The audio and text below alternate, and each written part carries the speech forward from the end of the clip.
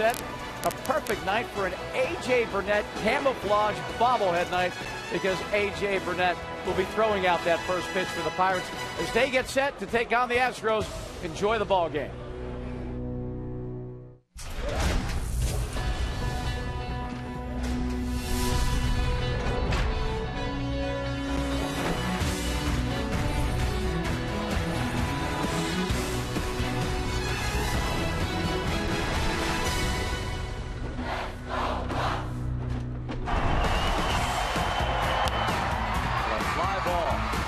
Looks like we're going extra innings. Oh no, the Pirates win it! The Bucks win it! They drop the ball in the collision in the outfield. The Buccos win it, walk it off, 5-4. An unusual ending, but a positive result for the Pirates last night. Looking for good results again tonight in Game 2 on a gorgeous night in Pittsburgh. The Astros in town for interleague play. Hi again, everyone, with Steve Blass. I'm Tim Neverett. Robbie Innsmukowski will join us shortly. A walk-off win, the second one of the homestand. Certainly a good one for the Pirates last night. Yeah, the whole game really was kind of a mess, but we tried to give it away. They weren't taking any of that, and they did a better job of giving it away. So a win is a win is a win. The guy who did his best to take it was Andrew McCutchen. 3 hits, including a home run. Yeah, and you know, we've been happy with the activity in the Pirate bullpen all year, but really, this is real happiness. He absolutely crushed that ball. And the interesting thing about Andrew McCutchen is that even when he's slumping and has an 0 for night, nobody's really concerned. He is that good. So he was real good last night, and the Pirates did come away with a W. A couple of former teammates going at it here tonight. In fact, the last 2 opening day starters, Eric Bedard pitching for Houston, the first time he's pitching against the Pirates in his career. Spent the majority of his career in the American League. He's going against A.J. Burnett, the National League strikeout leader. Yeah, they match up, and it's a tale of 2 starters, really. Eric Bedard is struggling. The ERA 6.67, 0-2.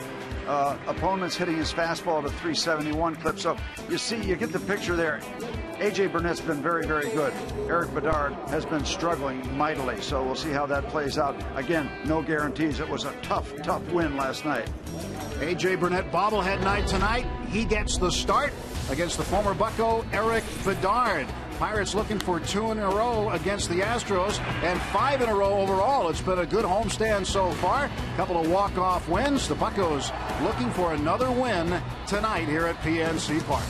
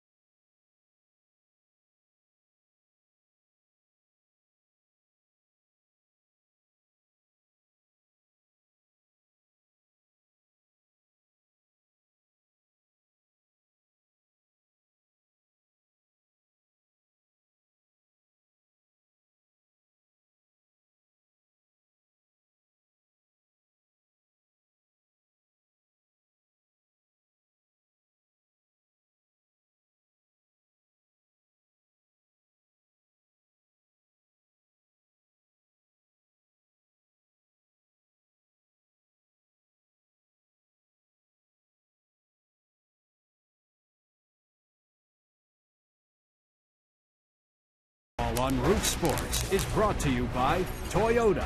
Now's the time to go places with Toyota. Visit buyatoyota.com for special offers. And by PNC for the achiever in you. Let's go Bucks! This is going to be a very, very popular giveaway. The A.J. Burnett camo jersey bobblehead doll given out tonight. And that's going to look nice in the collection, that's for certain. Fun night at the ballpark. Let's hope A.J. can bobble himself through 7 innings. It's going to be another gorgeous night here for a ball game. 77 degrees. We look out over the North Shore onto downtown. Postcard. 7% humidity, and it's camo weather tonight. Pirates wearing their camo jerseys again. For Armed Forces Day, support of the troops. Armed Forces Day established in 1950 to honor the armed services. And A.J. Burnett is set now to lead the team out onto the field to take on the Houston Astros. And A.J. looking for win number 4 tonight. His record 3-4. He's been involved in some very tight ball games, but he does lead the National League in strikeouts with 72 to go against 19 walks. He's given up just 3 home runs. And first-year manager Bo Porter, 40 years of age, the youngest active manager in the major leagues. Bo will have his lineup like this. Robbie Grossman, switch hitter, will lead off play center field. Trevor Crow in left. Altuve back in the lineup off the bereavement list. Then Castro, Carter, and the veteran Carlos Pena. 281 hitter career against the Pirates in 19 games. Matt Dominguez had a home run last night. He's back at third. Switch hitting shortstop Marwin Gonzalez bats 8th. And former Pirate Eric Bedard, the left-hander, batting 9th against A.J. And the Chevrolet numbers for A.J. Burnett, he's been just fine. He could very easily have more wins than that, but the ERA is terrific. The 9 starts are interesting because in all 9 starts, he has not given up more than 3 earned runs in any of those 9 starts. So he is the kind of guy you want at the top of your rotation. He has the strikeout pitch in his back pocket that has gotten him out of several jams. And that's a big weapon when you get in trouble. Boy, if you can strike some people out, they don't move. Pirates winning 4 straight, 7 of their last 8 ball games. Defensively behind A.J. in the outfield. Starling Marte, Andrew McCutchen, Jose Tabata gets the start in right tonight. Inge, a right-handed bat at third. Gabby Sanchez, a right-handed bat at first base. And Martin behind the plate. So Inge in there to play third base tonight with a left-handed hitter, Alvarez, coming off the bench. Yeah, and Brandon Inge is a very capable major league veteran. He plays third base. He plays wherever he plays in a very sure, confident manner. So no problem with Brandon Inge in the lineup tonight.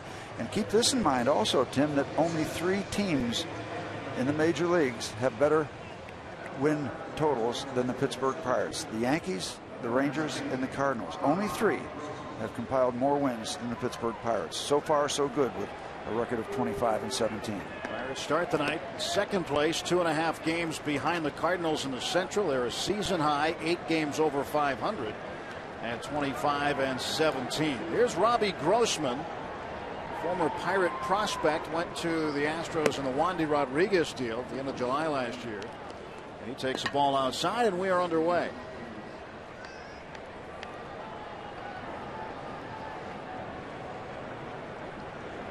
A.J. checking his spikes. He'll need to get some of the clay out of there.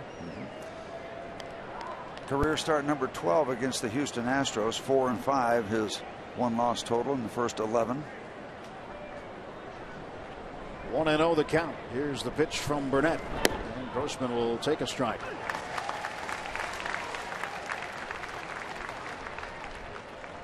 Against the Astros, 4-5, but 2-0 last year at 4 starts. Both of his wins against Houston coming in Houston at Minute Maid Park. And there's a breaking pitch for strike 2. They expect to see a lot of the curveball from A.J. Burnett. A lot of the curveball and the curveball downstairs. When he misses with the curveball, it's in the dirt. Now that's a little bit of a problem for a catcher, but he doesn't miss upstairs. That's good. Ground ball to short. Jordy Mercer handles it. 1 out. Take a look at the umpires for tonight's contest. I always like to get to them early because the home plate umpire will be a factor. C.B. Buckner in back at home plate, and Todd Titchener, Clint Fagan, and the crew chief Dale Scott. And I bring that up because even though A.J. Burnett has been around a long time, and Eric Bedard, they have to find out what kind of strike zone C.B. Buckner has. They have to work off his strike zone, and that's a factor as you move along. What kind of calls you get, what kind of calls you don't get. Trevor Crowe, the hitter, the left fielder. J.D. Martinez started in left last night. Crowe finished the game there. He's a switch hitter, batting left-handed, takes the ball. Now for you, when you would get on the hill as a pitcher, second, third time around for a particular umpire, did you notice differences in how the balls and strikes were called? In other words, did you get the corner on the outside one game and maybe not another? Oh yeah. But each game is different, and you got to find out what's happening that particular night. And you lean on it. You get in that outside corner with the slider, you just keep throwing it, and you creep out. You push the envelope a little bit and see how much of a strike you're going to get if it's off the strike zone, off the corner. Keep pressing them. See what you can get away with. 2-0 pitch. And he's inside again. 3 balls and no strikes to Crowe. Along with other statistics, A.J. Burnett's control has been good. He's 3-0 here, but through the first 9 starts, 19 free passes. Good stuff. And the ratio between the walks and the strikeouts, outstanding. Outstanding.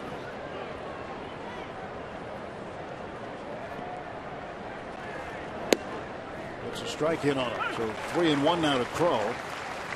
Crowe hitting .250, a homer, 2 runs batted in. First year in the American League for the Houston Astros after playing the Pirates as a National League opponent for 51 years. Wind and the 3-1 from Burnett. That's ball 4. Every time I look down there when Trevor Crowe is hitting and Russell Martin is catching, I can't help but think Russell Crowe. I just can't help it. Well, there's the Russell part. Yeah, he's doing just fine. And there's the Crowe part. Okay, I got separation. Yes. And there's also Dave Clark over there. Where's Maximus the Gladiator? Yeah, that's right. Dave Clark, first base coach, formerly the third base coach in Houston. Former Bucco. Current good guy. Jose Altuve, last year an All-Star, bangs this one into left field, a base hit. Crowe is going to take a big turnaround second and stop there. Altuve just back off the bereavement list, activated today. Jake Elmore, who started at second base last night and was involved in that game-ending play, was sent back to AAA today. Altuve just keeps on hitting. He's a good one. He's a very, very good player. And the Astros were able to manufacture a run in the first inning last night with a leadoff double and then a couple of sacrifice plays to get a run in. A.J. with 2 men on behind him, 1 out. Jason Castro, the hitter, the catcher. .237 average for Castro. See Martin looking over at the dugout to see how they'll handle the base runners. That's where the signs come from to control the running game. And the pitch in for a strike to Castro. A good A.J. Burnett curveball. I think you're right, Tim. We'll see a lot of those throughout the evening. 3 home runs, 10 runs batted in for Castro. Last night he had an RBI with a sacrifice fly, but went 0 for 2 with a walk otherwise. Another breaking ball. See, that's the backdoor curveball. It starts off the plate, picks up the outside corner. Classic example. Chicks dig the curveball. Yeah, that's the answer. I had a slider. That was the problem. You know what? You were just a man ahead of your time. No, I didn't have the curveball. No balls, 2 strikes to Jason Castro. Does he come back with a heater here, or does he continue to throw the hook? Runners off first and second. And a bouncer toward first, foul, picked up by Gabby Sanchez. You got somebody 0-2. You've got options. You can tease him with the fastball and come back with another hook and throw the hook and keep him wondering where the fastball is when you're going to get that. It's a good place to be for a pitcher. 0-2. 36-year-old A.J. Burnett. He's seen a lot in this game. Got over 2,000 strikeouts. He's got a no-hitter under his belt. He's working hard to keep those cleats clean. You don't want them loading up with so much clay or whatever they're using these days, and you slip. You want to get that good traction, so keep the spikes exposed. 0-2. Castro takes inside. 1 ball, 2 strikes. The fastball. It was funny last night, Steve, with so many games against Houston being a divisional opponent recently up until this year. I had to remind myself several times last night when we were working on radio that this is actually an interleague game. Interleague game, yeah. I don't even think of it that way even now. And the Pirates have had tremendous success against Houston, whichever their league in this ballpark. 1 ball, 2 strikes. To center field. Here comes McCutchen. He'll play it on a hop. And the Astros will have loaded the bases with 1 out. They had to wait. Crow had to wait to make sure that ball was going to get down in the grass in front of Andrew, because Andrew is capable of coming out of anywhere and making a catch. And that's the reason they had to hold him up at third base. There's the curveball once again, kind of in that middle part of the hitting zone, and it is hit.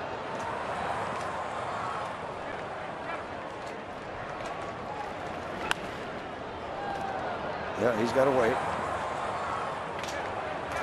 And Dave Tremblay will hold him up at third. The Astros set up shop. Chris Carter, the right fielder. And how many times have we seen AJ extract himself out of these kind of situations? It can't happen all the time, nor does it happen all the time, but we've seen a lot of that from him. Carter's grounded into a pair of double plays so far this season. He takes a strike. Carter was not the right fielder involved in the game-ending play last night. He was lifted as part of a double switch earlier. Actually, pinch running for him was Jimmy Paredes, and Paredes was the one that came in and bumped into Jake Elmore. Knocked the ball free, allowed Snyder to score the game-winning run with 2 outs in the bottom of the 9th. Oh, swing and a miss. That's strike 2. And the right fielder is pronounced guilty in that. You've got to call, you've got to take charge of that ball. That ball was quite a ways out in back of the infield. You got to take charge. All you got to do is holler. Second baseman peels away, and you got a very routine catch. That's on the right fielder. 0-2 to Carter. Bases loaded. Here's the pitch. Struck him out with the hook.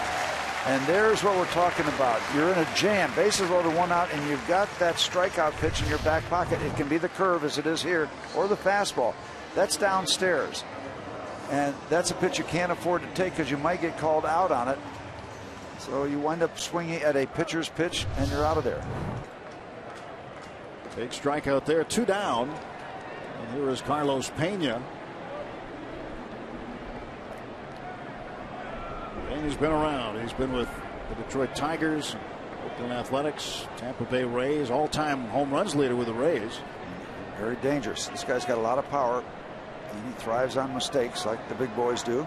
Saw him with the Cubs before he went back to the Rays, and now here with the Astros. And Russell Martin wants to make sure he and AJ are on the same page.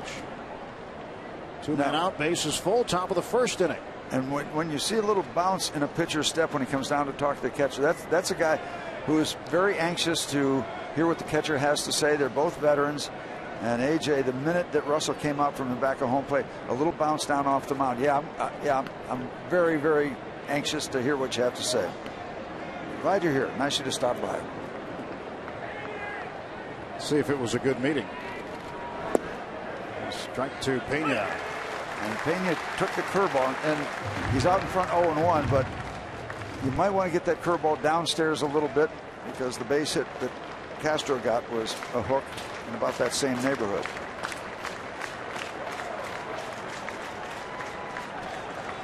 Burnett's 0-1. Well, you know that fastball is coming right there because you saw Russell Martin slide over. And early indication that AJ's throwing the ball where he wants to.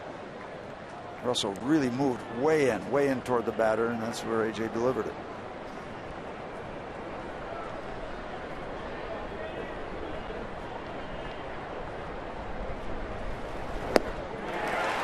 Strike two to Pena. 1 ball, 2 strikes. And there's the old 1-2 pitch. High inside fastball, low and away curveball. Nice sequence. After the fastball up and in,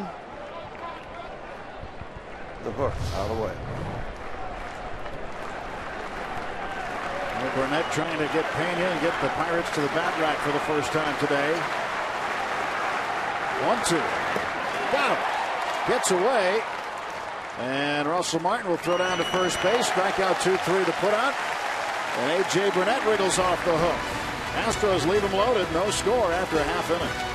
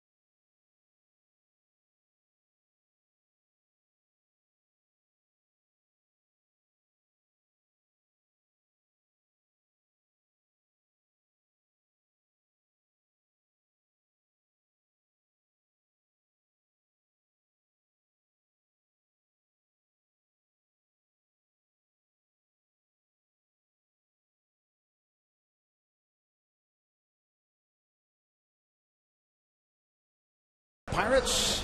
The lineup brought to you by Toyota. Marte, then Jose Tabata, Andrew McCutchen, Gabby Sanchez, Russell Martin. 10 multi-hit games for the Bucks catcher since the 18th of April.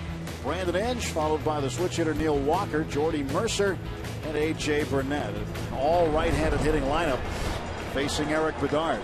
Yep, this will be his 11th major league season, and so far this season things not going as well as Eric would like to have him go. An ERA of over 6.5.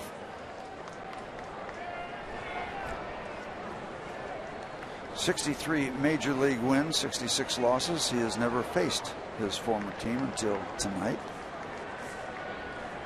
Bedard in an Astros uniform, pitching on the PNC Park mound, delivers strike 1 to Marte.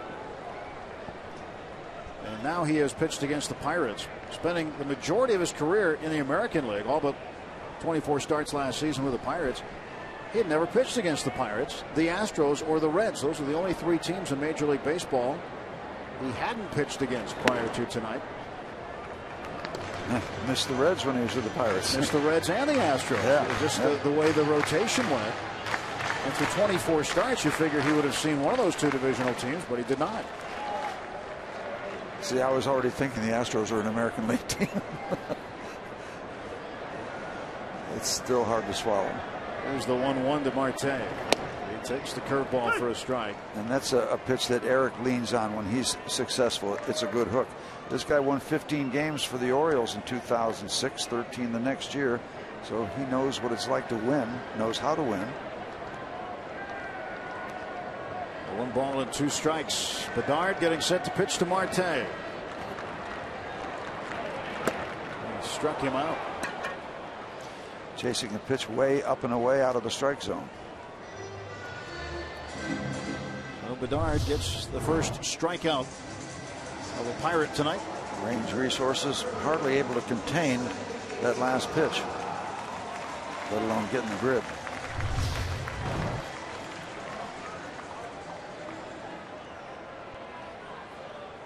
Marte giving the scouting report to Russell Martin and Gabby Sanchez. Yes, saying don't swing at the high outside fastball.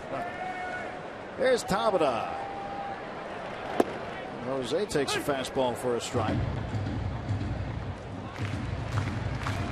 And Bedard would like to get that strike all night long. 282 for Jose, a pair of home runs, 6 runs batted in. He's been swinging a good bat lately, especially coming off that road trip in New York. 0-1 pitch. It's up high, 1 ball and 1 strike. Bedard returned to the Astros rotation. He actually had been in the bullpen. He picked up a save on opening day against the Texas Rangers. Went a little bit over 3 innings and picked up a save. And a season opening win.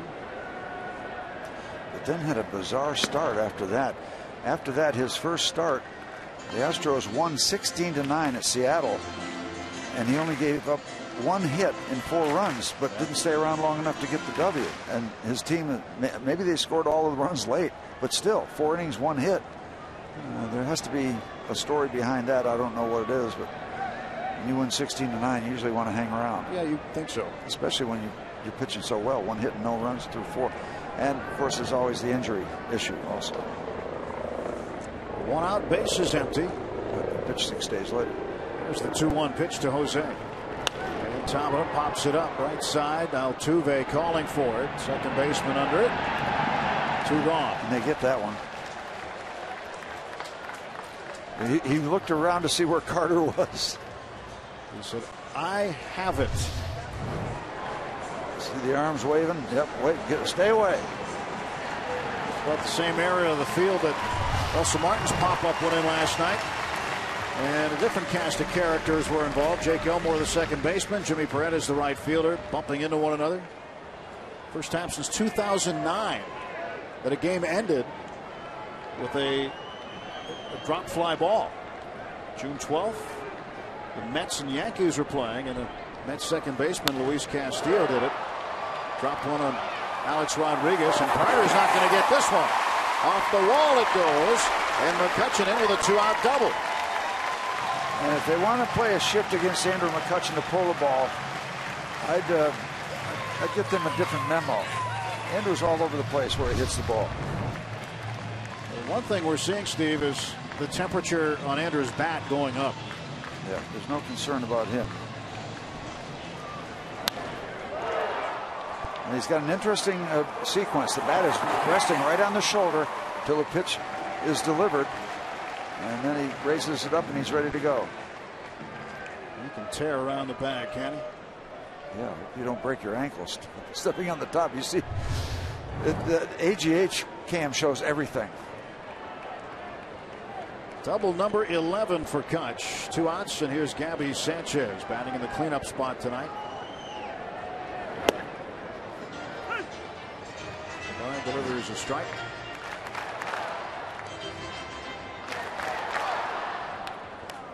Bedard with the Orioles, Mariners, and Red Sox before coming to the Pirates, and now back in the American League with the Astros.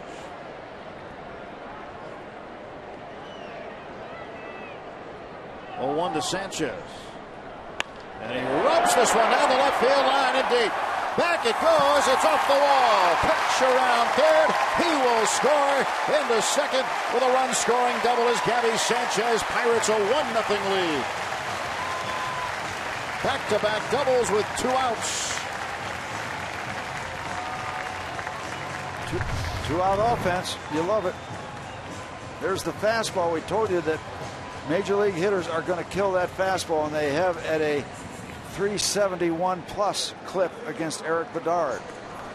You cannot throw the fastball up there against big league hitters unless you've got a lot more steam on it. Well, Sanchez, RBI number 17, double number 6. And here is Russell Martin, the last man to bat in last night's game.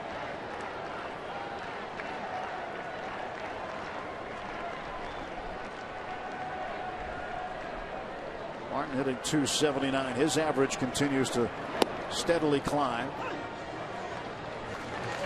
6 home runs for Martin. He was knocked in 12.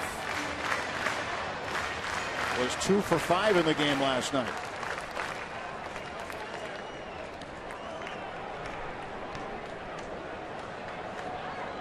Sanchez at second base, 2 outs. And just reviewing that Gabby Sanchez double, good chance it wasn't the fastball at 78 miles an hour, but sure wasn't a hittable spot. You don't want to live upstairs in the middle of the strike zone, but we'll take it. To right field, right into the glove of the first baseman Carlos Pena, taking a base hit away from Russell Martin. Bucks get a run on 2 hits, leave a man. It's 1-0 after 1.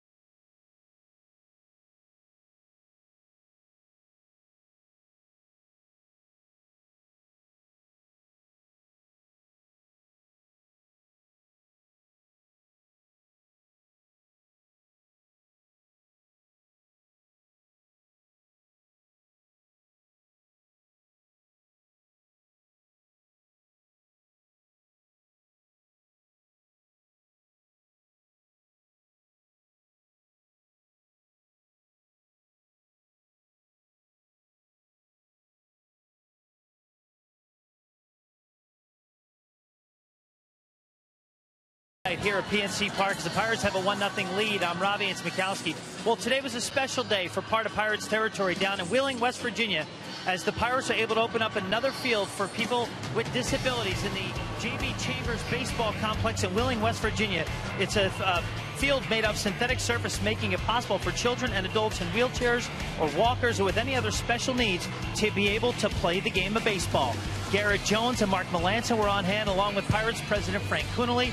Greg Brown and John Wayner emceed the event, and they also did a little bit of play-by-play. Always a special thing when you can see children and adults with disabilities have the ability to play the game of baseball. Pirates Charities was able to fund the field, the 5th time they have played a vital role in constructing a baseball field. And I've seen this happen many, many times, guys, and it never fails to be anything other than a special moment. And Mark Melanson, the word he used to describe it was humbling. He also tweeted a picture from his day down there in Wheeling, West Virginia today. So a day well spent, and obviously very generous of those guys to spend their time down there this morning at 10:30 as well. Absolutely. The Pirates Charities has done so much in helping to construct multiple fields in the region. Also in their southern home in Florida, the Minnesota Miracle League between Bradenton and Sarasota, Manatee County.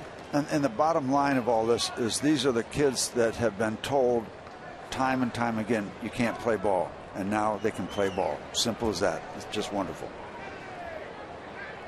0-2 to Matt Dominguez, the third baseman.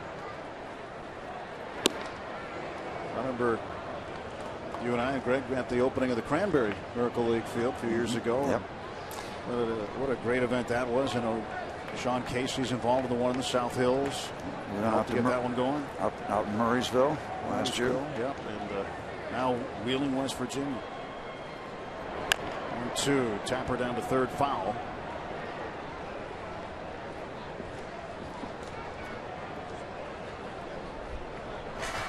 One ball, 2 strikes to Dominguez.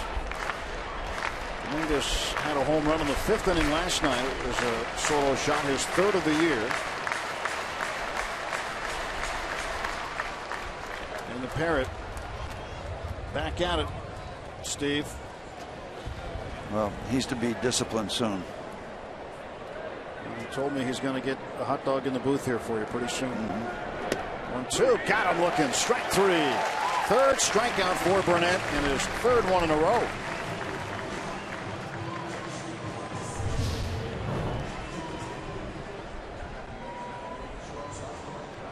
And there's the pitch that Eric Bedard got a call strike on, and again, you look at what the umpire is going to do for you or not do for you. Tonight's Barrel Automotive League leaders stat. The teams that struck out the most in MLB history. The Astros on pace to be that team. Diamondbacks, Braves, Nationals, Brewers right behind them. Barrel Automotive were driven to be better. Switch hitting shortstop Marwin Gonzalez will take strike one. And don't think the veteran battery of Burnett and Martin will forget that they got that call. That high outside fastball on the first base side of home plate. They will come back to that. Russell wants this way in. And that can either be closer and get a call strike, or it can be a purpose pitch to set something else up. And don't just assume because you miss in there that you're not going to stay in there, because the batter always seems to think that if you're in there once, you're going to go back out. Sometimes you just go back in. They're not going to do it here. Well, yeah, they are, but not by design, as Russell set up a little differently on that one.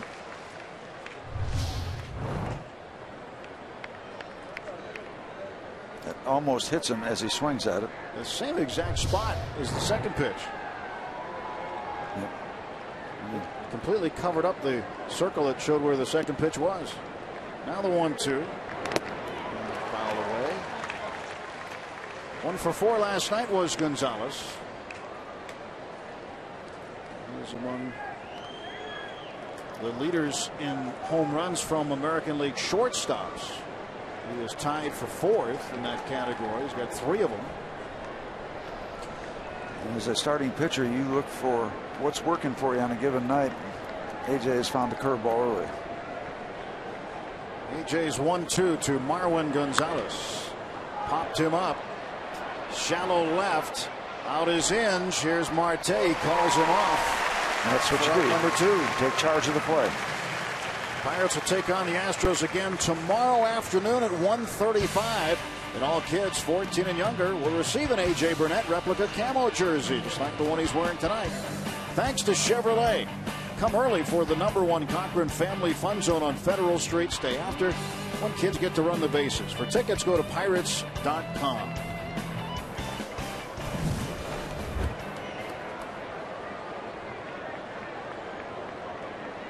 He's got the real one on, and tomorrow the kids 14 and under can get the replica. Remember, Kutch's crew probably pretty happy with the double and run scored by Kutch in the first inning. 1-0 Pirates, top of the second. Andrew McCutchen starting to heat up. Remember, it was June and July of last season where he was hotter than anybody in baseball. And we're getting closer to June now, this being the 18th of May. Maybe he'll start doing it again. 3 for 5 last night, a home run, a double, a base hit. Started out with a double here tonight. 1-1 to Eric Bedard, and he grounds it to the left side. Mercer drops it, throws on to first, and gets Bedard. 3 up and 3 down in the Astros half of the second.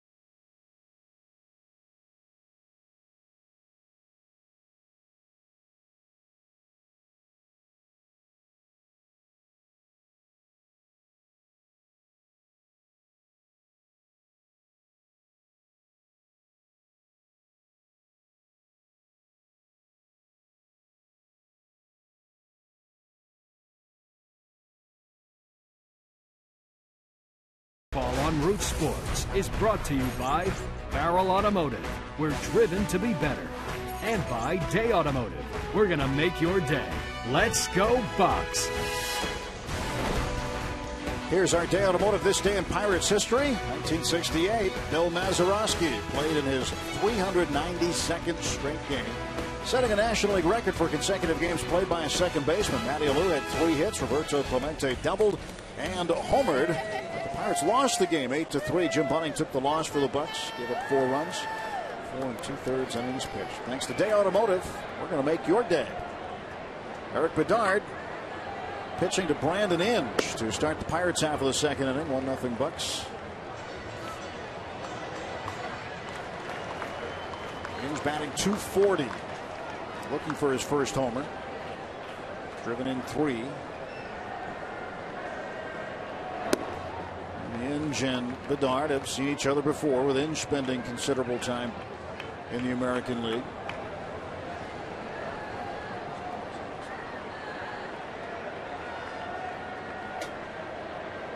2-0 pitch. Popped up. Hanging the first baseman will give way to Altuve, and the second baseman makes the catch for the out. Interesting that you mentioned this day in Pirate history. Matty Lou getting 3 base hits. Matty Lou's son was in the ballpark 3 or 4 days ago, checking out a picture of the '66 Pirates. Where's my dad?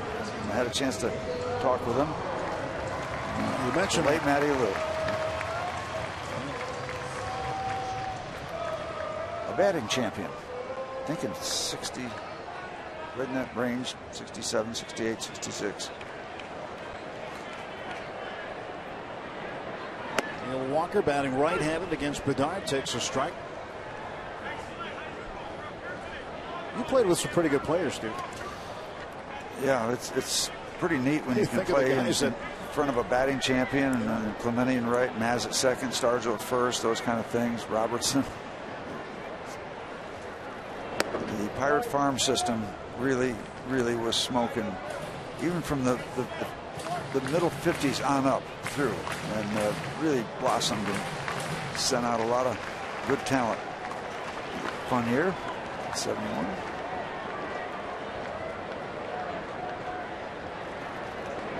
Walker looks at the 1-1 for a strike. It's 1-2. Young Bucko fan, Natalie attired. Look that for a bib. You have that same bib? No, I got that binky though. Oh. I'm just not even going to ask. Here's the 1-2. Walker to right field, foul. We could use that. If you don't have your own, we could use that up here some nights for you. If you don't got your binky, you got nothing. And if you had one of those up here right now, we'd use it for you. Well, you've tried to give me a pacifier before, but usually it's in liquid form. Well, we used the button here the other night. We got it stuck for you so you couldn't say anything. That was by design too, I know. And there's certain indicators. The talkback button wouldn't work, so that took me off the air. My earpiece doesn't work anymore. Somebody fooled around with that, so that falls off, and nobody can this hear right me. Here? This thing that's not supposed to show on TV? No? That I have right here? That's my binky cord. 2-2 to Walker. As Bedard winds. And that's inside. Count is forward, 3-2. Eric Bedard spends the offseason at home near Ottawa. And speaks French fluently, speaks French during the entire offseason. Told me he goes through a small adjustment period. Then he thinks and speaks in French the entire offseason. And he's really not in any particular rush to turn the baseball loose to home plate. He's just checking out the upper deck right now, I think. See what's going on.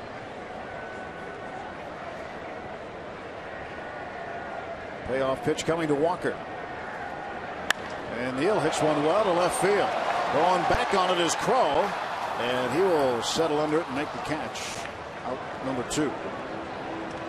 That ball is going to have a lot more carry. It's you get fooled so many times in this big left field. They're concerned.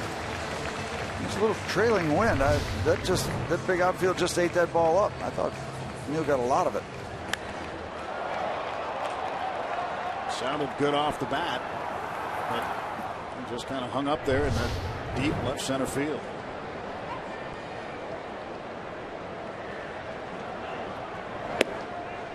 Jordy Mercer behind 0-1. Mercer, 250 hitter. He's got 3 home runs, hit 2 in one game against the New York Mets on the recently completed road trip. Mets were beaten at Wrigley Field 8-2. Cubbies over New York today.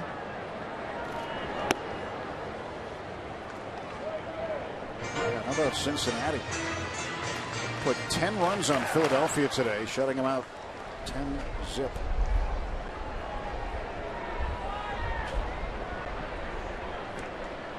Nothing Pirates, bottom of the second inning. No need for Aroldis Chapman in that game. Closer for the Reds. Mercer takes inside. It's 2-1. Cardinals and Brewers underway in St. Louis. No score there. The guys involved in this one, Neil Walker and A.J. Burnett tonight. Bronson Arroyo delivering that gem for Cincinnati, former Bucco, beating the Phils 10-0.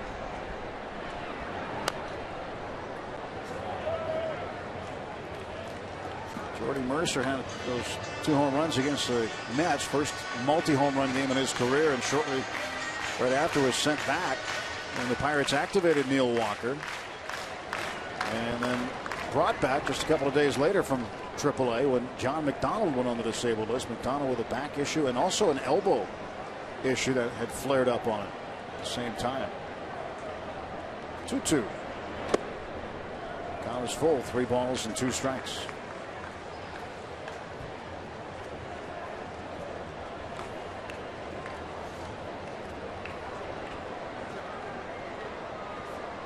Jay Burnett in the on deck circle.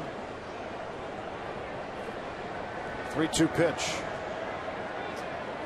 And Mercer to right field, right at Carter. And the Pirates retired in order in the second. We'll head to the third at PNC Park.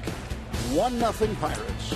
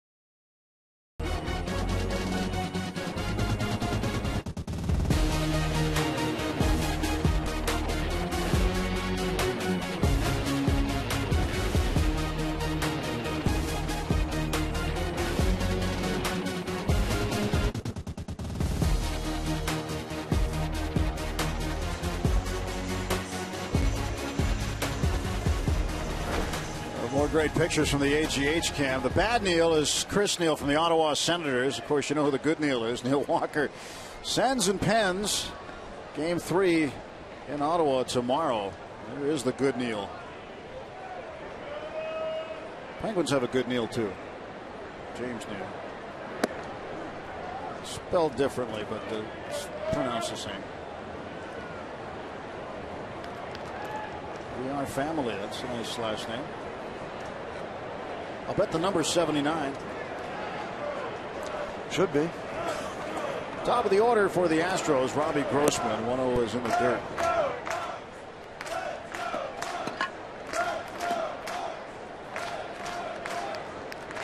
Grossman grounded out to Mercer at short in the first inning. Switch hitter batting left-handed. He takes a ball outside again. There it is. Yeah. Yep, 79. I'll tell you, that 79 team, when you saw them come through an airport, it looked like an NFL team. Those are some big fellows. Strike called. Grossman thought it was a ball. The stars of Dave Parker, Candelaria. Folks, there's that pitch again we're talking about, that high fastball that CB Buckner is saying it's good enough. And he walked it. So the leadoff man walks in the third. Prior to the game today, lots of fans gathered around the warning track for Team Photo Fest. So they got a chance to meet and take photos with their favorite Pirates players. Neil Walker shaking hands. Francisco Liriano posing for pictures, and Clint Hurdle with an autograph. Starling Marte, Pedro Alvarez. The whole team taking part in the Fan Photo Fest earlier today. Great day for the fans. Bring out the cameras up close and personal. How about that ball Pedro hit last night? That was not up close. But it was personal. 462 feet. One bounce cleanly into the river. And we thought McCutcheon's ball traveled a long way, 437, and we crank up to 462. And the bounce went further toward downtown than any bounce I've seen on any home run that's bounced and gone into the river. It hit, and now it's way out in here. And one of the boaters that had the boat moored against the Riverwalk dove in to get it. Nobody out. Man at first is Grossman. Trevor Crowe hits a ground ball to Mercer. Flip to Walker for one. Back to first. Safe at first. Took a little too much time to develop with a slowly hit ground ball to short. Grossman is out 6-4 on the force out. I think you're right, Tim. They did everything right. If you're a little quicker, you get the out, but the speed. The ball is hopping and bopping along. The Pirates didn't make any mistakes. They'll just beat it out.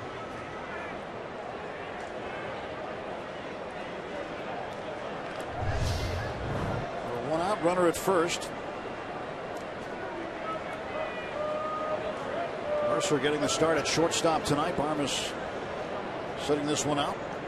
Second start at short for Mercer since his second recall this year from AAA. Altuve is 1-for-1. Takes a breaking ball outside. Altuve and a base hit to left in the first inning.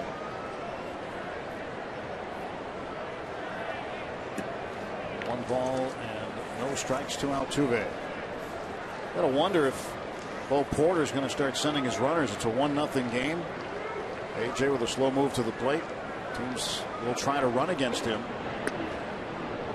as the Brewers did his last time out. And Russell Martin behind the plate. Martin leading baseball in runners thrown out with 10.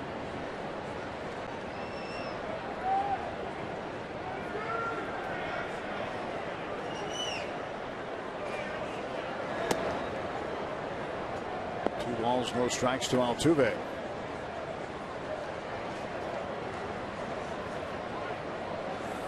Altuve. 5'5", they say. 5 foot 5 inches. He's a lot of ball player in a small package. All he does is hit. That's what got him to the big leagues. And a ground ball to short. Mercer to Walker. Take two. They got two. Inning-ending double play. 6-4-3. Pirates coming to bat in the third when we return. Up 1-0.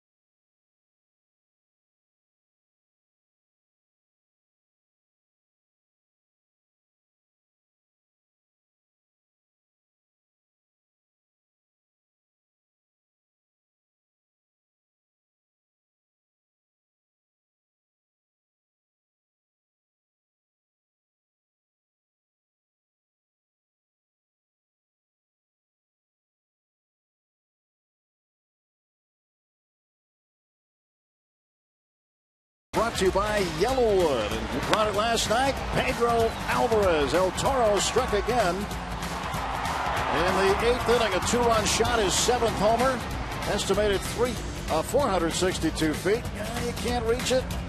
Let the diver get it. I thought he was going to get him with that hook that you haul the fish in. Yeah, the gaffer's hook right there. A.J. Burnett will lead off, and he'll take ball 1. But if you're hanging around on the Allegheny River on a kayak, you might get a ball. You never know. We've had 2 river balls in 2 days. Travis Snyder with one 2 games ago. You're not going to get one from A.J., and that's it. Probably not going to get one. He does have 3 career home runs, but I don't know if he's going to hit one in the Allegheny. 1-1. Jay goes in that direction. I'll check Twitter at Root Sports Pit. Hashtag Bucks Booth. How about this guy? Jay Vogel 23. Hey, we're out here waiting for a Bucko blast. Can you call on the phone from there? Is that how you do that? You call from the river? You don't call. Where's the wire? There's no wire. There's no wires anymore, Steve. Down on strikes goes A.J. Burnett. Number 2, bookends for Bedard. Struck out the man at the top and the man at the bottom. Those 2 can actually call each other, and they're not connected by wires. The two kayaking guys right there. Well, if you can hear us without wires, why didn't he wave them? Might not be tuned into us. Might not have his, I guess his television in the kayak. You could, huh? Yeah. Back to the top of the order, Starling Marte. Takes a strike.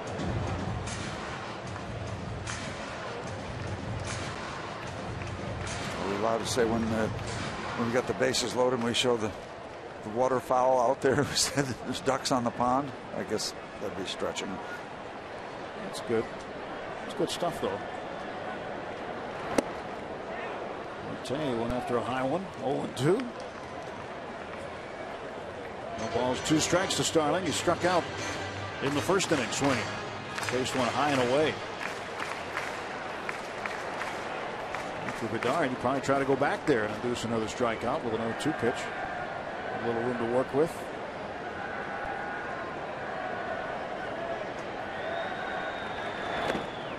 And he hit him. So Marte hit by a pitch. Gift. MLB.TV celebrates 11 years with new low yearly prices. Watch every out-of-market game live on over 350 supported mobile and connected devices in HD quality with MLB.TV Premium. Visit MLB.TV today. MLB.TV, baseball everywhere, even on a watercraft in the Allegheny River. That's right. Take your TV out in your kayak. I guess those are not ducks. It looks like Canadian geese or ducks. Or kayaks. I think those are geese.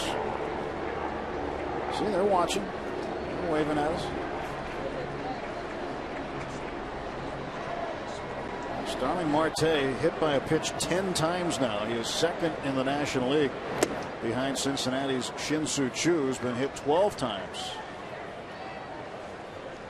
The Pirates with a base runner to continue the 3rd inning. Absolute 1 out gift for Marte from Eric Bedard in the 0-2 count. 1-0 pitch coming to Jose Tabata. Strike 1.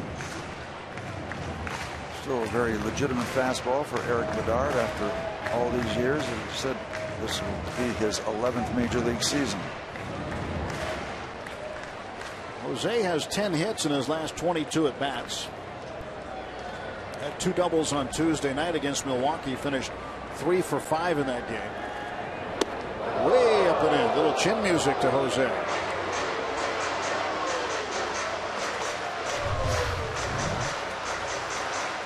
Up and in.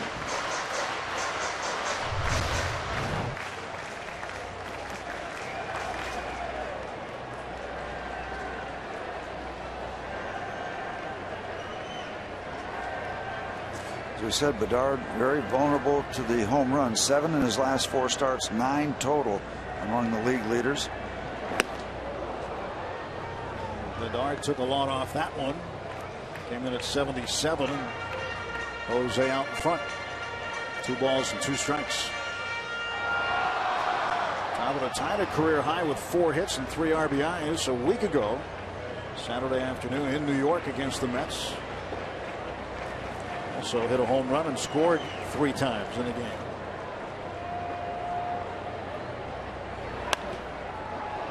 Up in the air to right field. That is twisting toward the seats and is in play. And Chris Carter, the right fielder, might have had a chance had he gone hard after it or not. He didn't seem like he was in any hurry to get over there.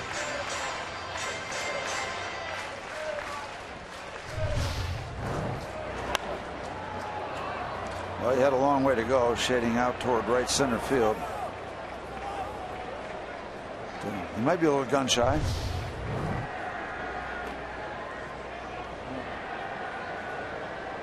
You gotta go till you can't go anymore. 2-2 coming to Tabata. He struck him out. Jose out on strikes. 2 strikeouts in the inning for Eric Bedard, and 3 in the game now. Just locked him up, and they're not able to pull the trigger. Looking for something outside, I believe. Just looked like he froze with that inside fastball. McCutchen doubled and scored in the first. 2 outs. Marte is aboard at first base.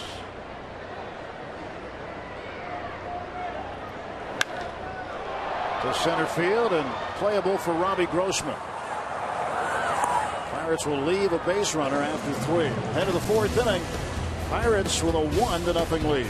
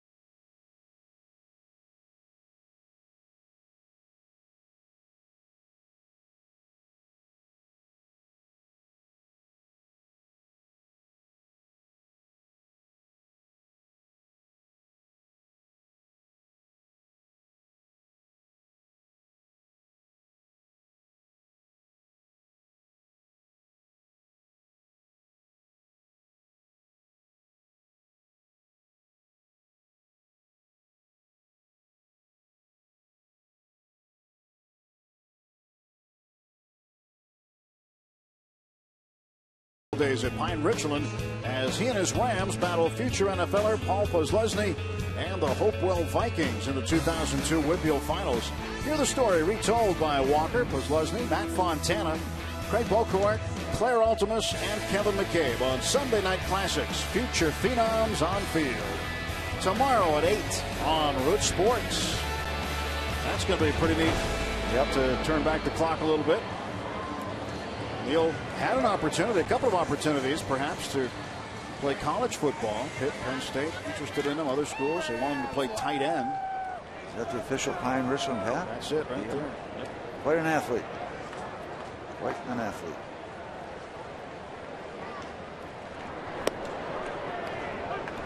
Well, Blake Lally, who was just here with the Milwaukee Brewers, also a Pine Richland graduate. His dad, John, was interviewed by Robbie during the game. One of the games early in the week. And Lally was a senior on the team in 2001 when Neil was a freshman. And he said, but he was not a freshman. He did not look like a freshman, didn't play like a freshman. played like a senior when he was a freshman. Nothing in 2 is the count to the catcher, Jason Castro. And he strikes out. Russell will have to throw down there. Number 4. You get the idea as you watch A.J. Burnett, but Russell Martin can throw from any position, no matter how he stands or awkward. It was a kind of a casual toss down to first base, but there's a man right there who is very comfortable behind the plate, very confident, great body control. And they make quite a tandem, A.J. Burnett and Russell Martin. Martin, a Gold Glove catcher. Chris Carter, the right fielder, takes outside. When you look at the chest protector of Russell Martin, you see the Rawlings label. That's the gold label. It signifies that he's been a Gold Glover. Another guy you'll see with that pretty much every year is the Cardinals' Yadier Molina.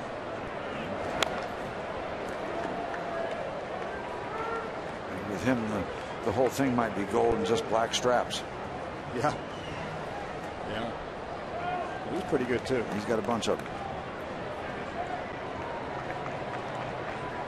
His Cardinals on top of the Brewers 2-0 in the 3rd inning, by the way. Strike is called to Carter. Count 1-2. 1 out, bases empty. A 1-0 lead for the Pirates. Back-to-back 2-out doubles by McCutchen and Gabby Sanchez plated the game's only run. By the way, we did have another real good catcher that stopped by, bought us a sandwich or 2 from the barbecue. Manuel de Jesus Sanguillan, all-star catcher. And he was up here. Great career. Great friend of everybody that knows baseball in Pittsburgh. We bring you the pulled pork sandwich with the pierogi in it. Mm-hmm. Yep. Right there. Call. Strike 3.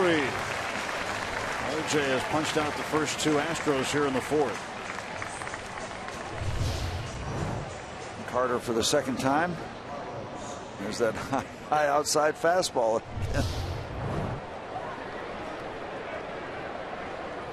Carlos Pena will face Burnett now. And Pena was a strikeout victim in the 1st inning. 5 strikeouts for Burnett.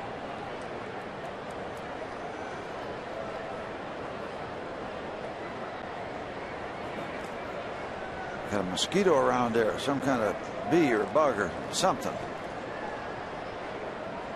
Shut things down and reset. That seems to be the only real thing that's bothering AJ right now.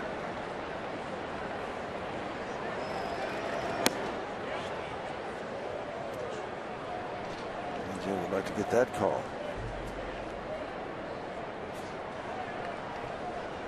On the note of Pena. Just curious, that first pitch. Yeah, I was thinking he might be able to get it, but he didn't. Not that one either. 2-0.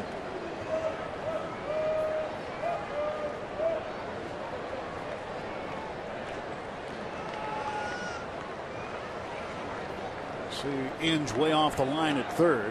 The shift on. Walker out in right field. Big cut in the miss as Pena was trying to put one in the river.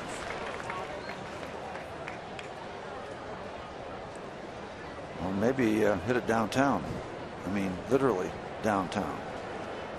That used to be the old common expression for the home run. We went downtown. Well, downtown's a long way away from here.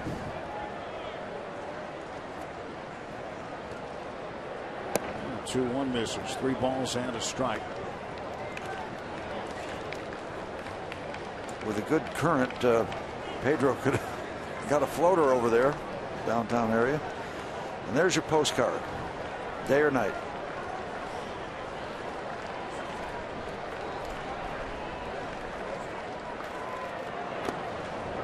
Carlos Pena draws the 2-out walk. tying run is aboard for Houston. This will bring up Dominguez. Dominguez struck out looking to start the second inning. Dominguez has pretty much established himself now as the everyday third baseman for the Astros. He's just 23, out of Van Nuys, California.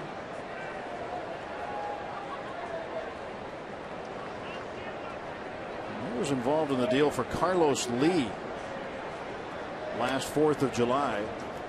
That sent Lee to the Marlins. And Dominguez came back, and he has been a contributor at the hot corner. Strike one call. And Russell might have purchased that call also. Good catcher will help. He'll bring the pitch in. He won't jerk it in. He just kind of that kind of easy motion to try to just get it back in, convince the umpire that it was heading that way. 0-1. And a bouncer right to Neil Walker. Takes care of that. No runs, no hits, 1 left through 3.5. AJ and the Pirates with a 1-0 lead.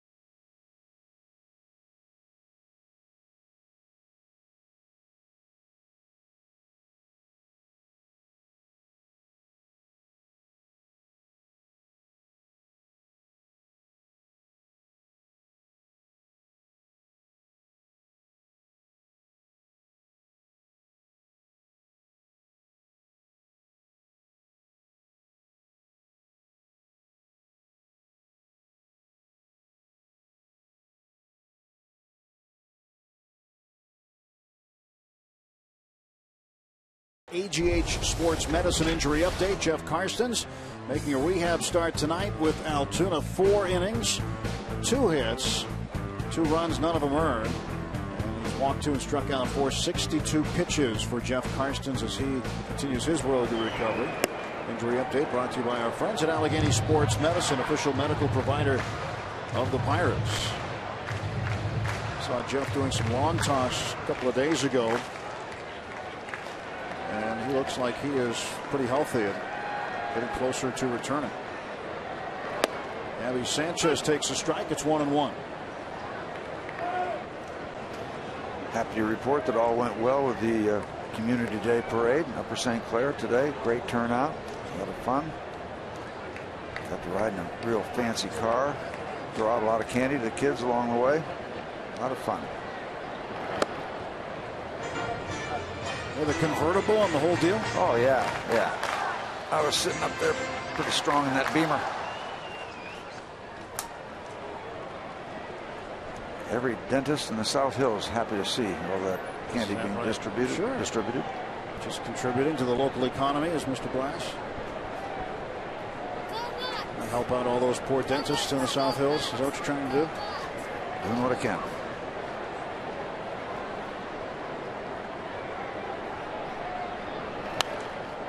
Fouls this one back. 2 balls and 2 strikes. I've been supporting one out there for 42 years. Dr. John Haskell. He's been good to our family. John and John Jr. All the folks in his office.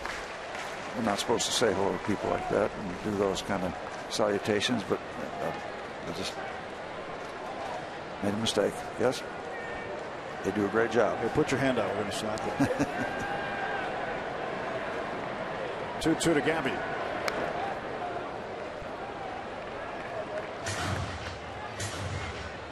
I think Steve Glass has found out over the years it's easier to ask for forgiveness than permission.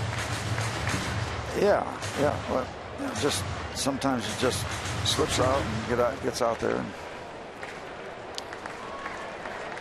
But wind up making a lot of friends living in the same neighborhood 42 years. A lot of Pirate fans in the parade route today. A lot of Pirate fans. Sanchez fouls off the 2-2 pitch. Speaking of a lot of fans, there is a lot of folks in this ballpark tonight. Really great turnout after last night's crowd of over 29,000. How about that look? That's pretty. Well over 30,000 in here tonight. Great shots. This is just a gorgeous place. That's all. It's simple as that. Everywhere you look. Sanchez fighting off Bedard here. 2 balls and 2 strikes to count. Nobody on, nobody out. Pirates batting in their half of the 4th inning, leading at 1-0.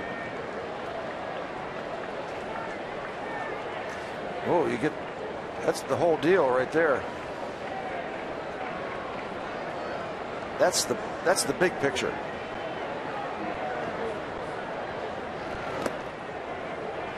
I think you can see everybody in the ballpark out of that camera lens.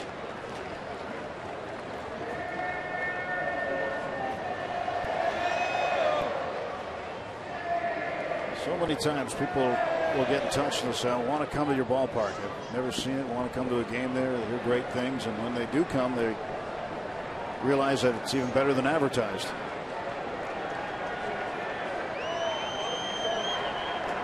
Payoff pitch from Bedard to Gabby Sanchez.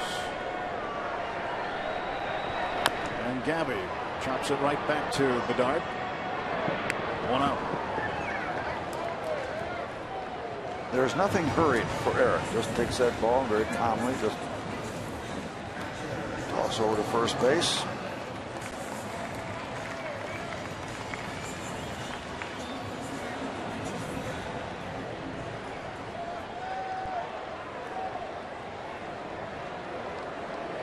Here's Russell Martin.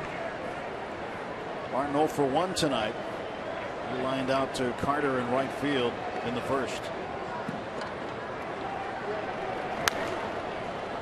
Strike 1 to Russell.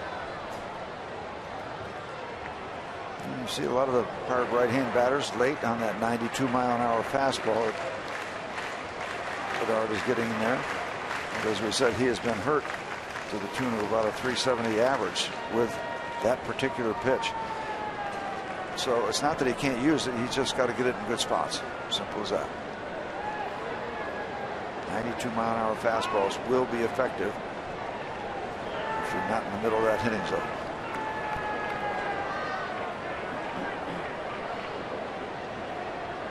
Bedard peeking in at Castro's got his sign.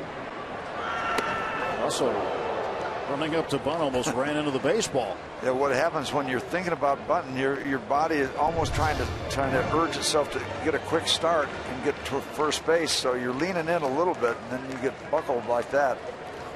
That can kind of break you in half. So Dominguez playing deeper at third. He's going to try to challenge him, but expect him to swing away now. 1-1. 2 balls and a strike.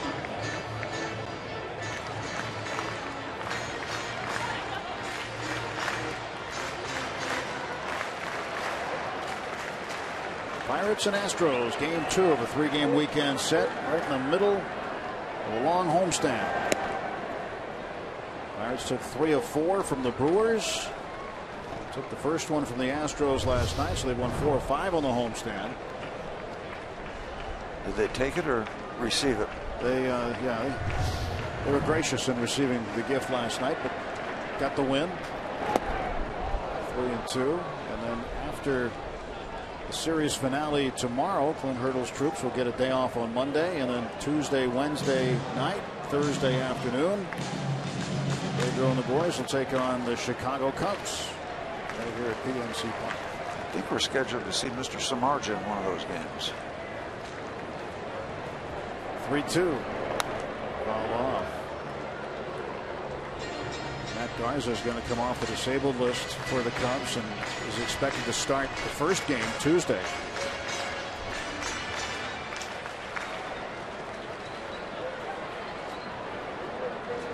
Cubbies winning this afternoon against the Mets.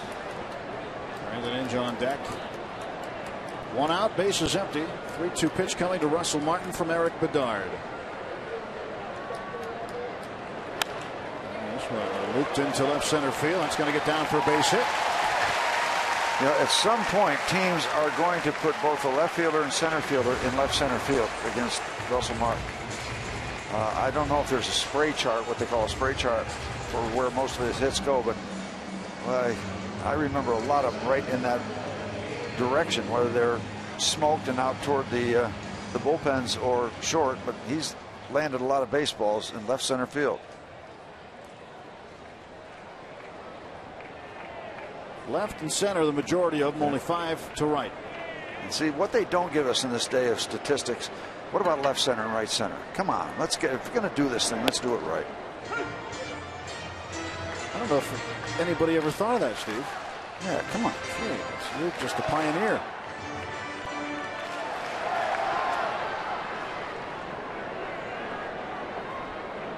I think you've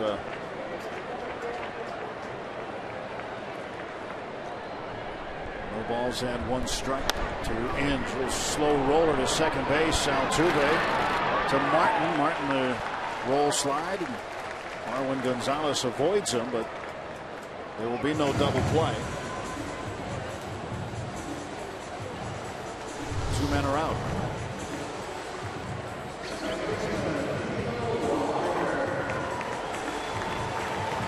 Russell Martin went way out to get Gonzalez here. That'll make sure there's no double play.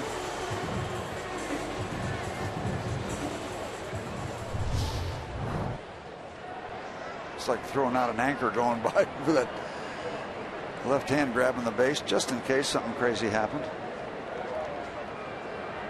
That's the way he plays the game. He's got a little edge. He got a lot of edge, and that's a good thing. Play hard all the time. That's what he does. Neil Walker, switch hitter, batting right-handed. Takes ball 1 from Bedard.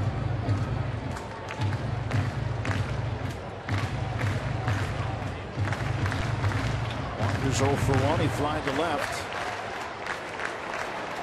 In the second inning, hit the ball pretty well, but Trevor Crowe tracked it down in front of the warning track.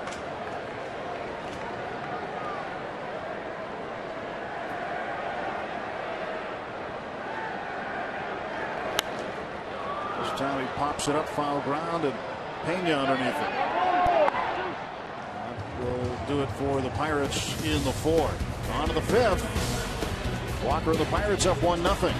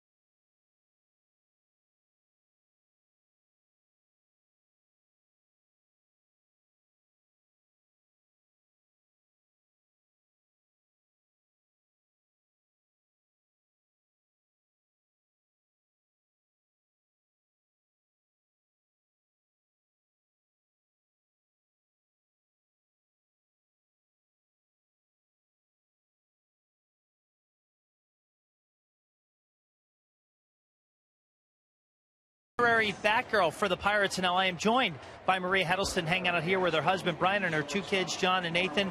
You were part of the on-field ceremony before the game. You got a customized Pirates Batgirl jersey. What has this night been like for you, Maria? It's honestly been like a dream.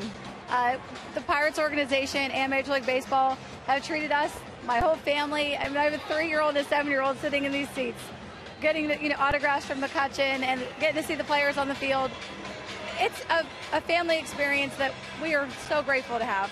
You know, and Andrew McCutchen, before the game, he autographed your jersey. And your son, John, right here. Hold that ball right there, John. In a moment, we're going to see his autographed baseball he got from Andrew McCutchen. What was that like, trying to hang out with the players there and hang out with Andrew McCutchen? They loved it. They loved it. They were so good. He autographed all of our shirts for us. And my little one, I think, was just in awe. He absolutely was in awe. But my 7-year-old, John, got to throw out the first pitch.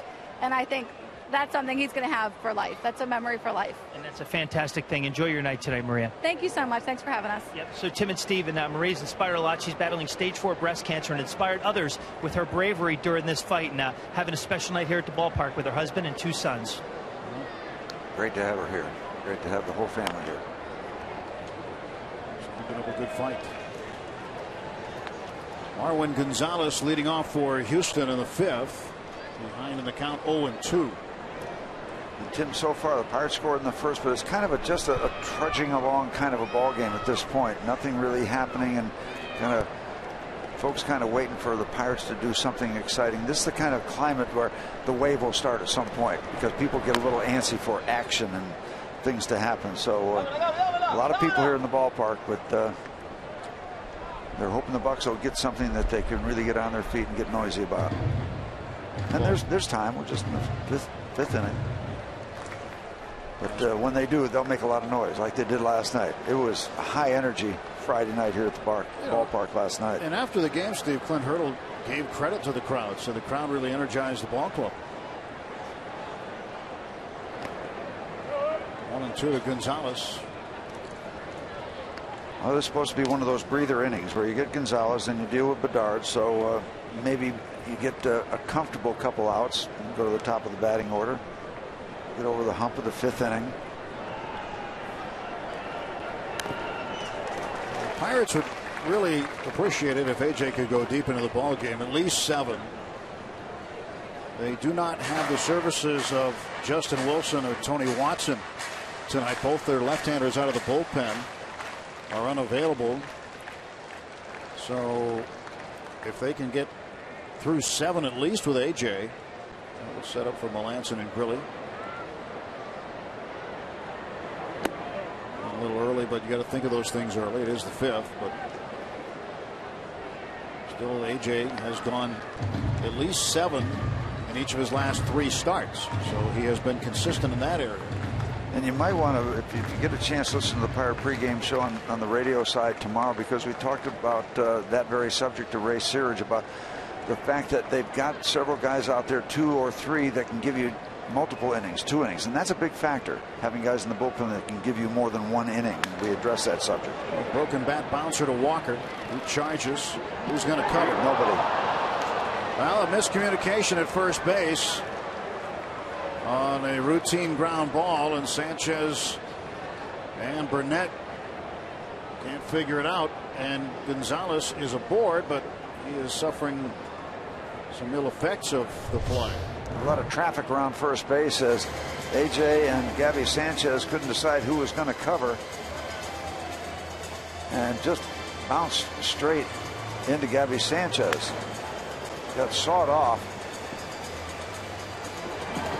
The bump.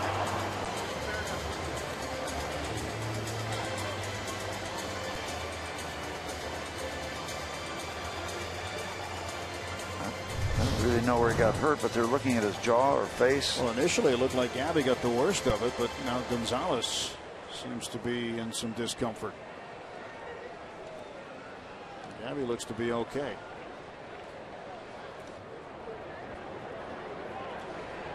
Nate Lucero, the trainer for the Astros, out there attending to Marwin Gonzalez. He's trying to shake out the cobwebs. Hurt his neck.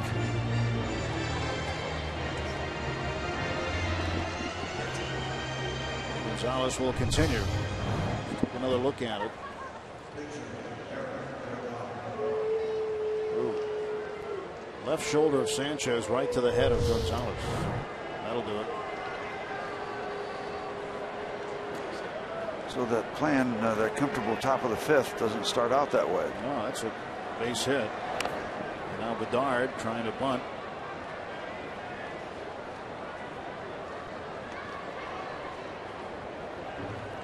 Bedard bounced out to Jordy Mercer in the second inning.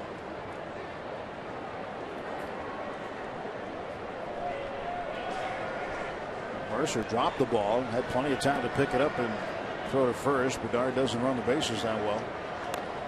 Bedard now with strike two. And he'll have another pitch to try to get a bunt down here.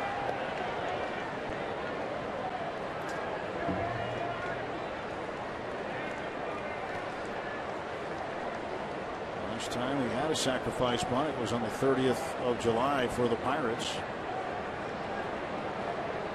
He appeared in 24 games with the Bucks last year, went 7-14 before being released late in the season. He gets this one down.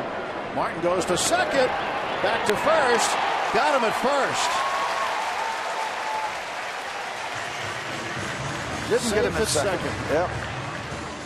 And it looked like just before he threw the ball, it looked like he looked and then decided not to, and then looked again and decided to. Talking about Russell Martin with his picks the ball up. Well, there wasn't much of a hesitation. They don't get the out there, but well, it winds up being like a sacrifice. A lot of action for 90 feet. Sacrifice goes 2-6-4 with Walker covering at first base. And now the tying run is in scoring position with one out. And the top of the order to up Robbie Grossman. Grossman walked and has grounded out tonight.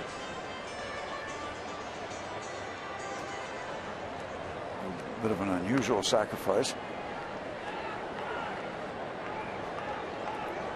Russell Martin threw a rocket down to second base, but Gonzalez just got in there ahead of it.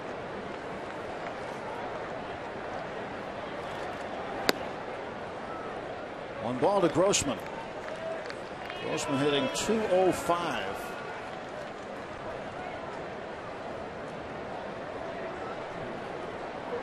They always keep track of A.J. Burnett's pitch count because he strikes out a lot of people. He's walked 3. That will bump it up, and working here in the 5th inning.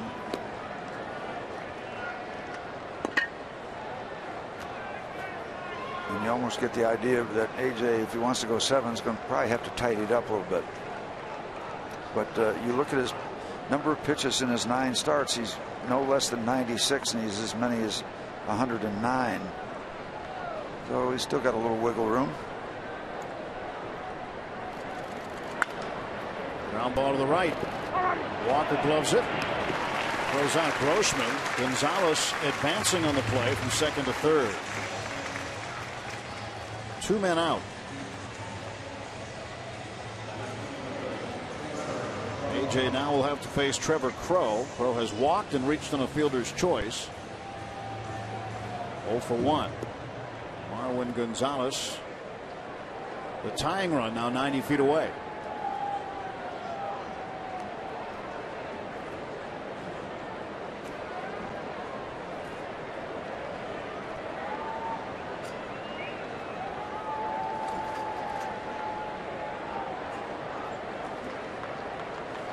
Trevor Crow called up from AAA Oklahoma City on the 6th of May. This is his first major league action since the 2011 season, when he appeared in 15 games with the Cleveland Indians. 307 in AAA this year in 30 games with Oklahoma City. 1-0 pitch is awaiting Trevor Crow.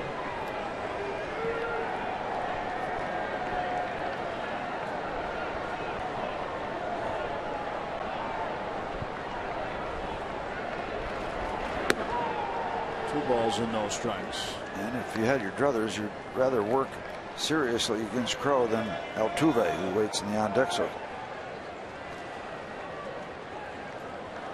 Burnett falling behind Crow.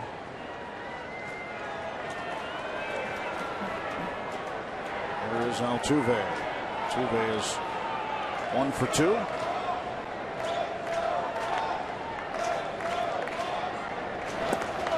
Good block by Russell Martin. And now it's 3 balls and no strikes. And that is an issue with AJ with a man at third base. He's got 5 wild pitches and he loves to work downstairs, and that's a compliment, because when you miss where you're going, you'd rather miss downstairs than upstairs. A lot of upstairs misses get hit a long way.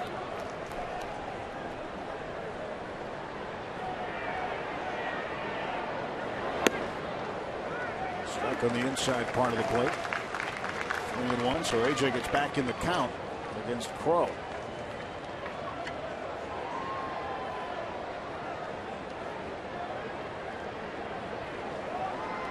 Marwin Gonzalez, base hit to start things off this inning.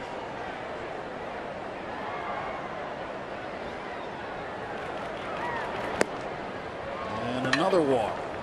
It's 4. This one coming with 2 outs, and that will bring up Jose Altuve. Altuve bounced into an inning-ending 6-4-3 double play in the 3rd. Back in the 1st, he had a base hit. So the Astros with a threat with the tying and go-ahead runs on base in the top of the 5th. They have not scored against Burnett, but he has pitched his way through some raindrops, through a lot of pitches, put up a 0 the hard way in the 1st inning. Bases were loaded, struck out 2 batters. Working hard again here in the 5th.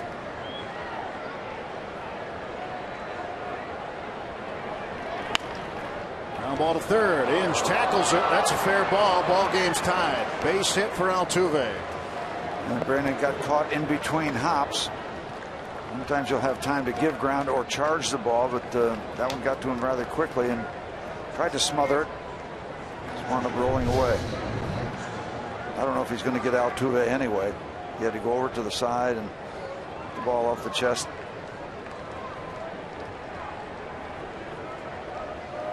And take this one off the chest protector. He's catching days.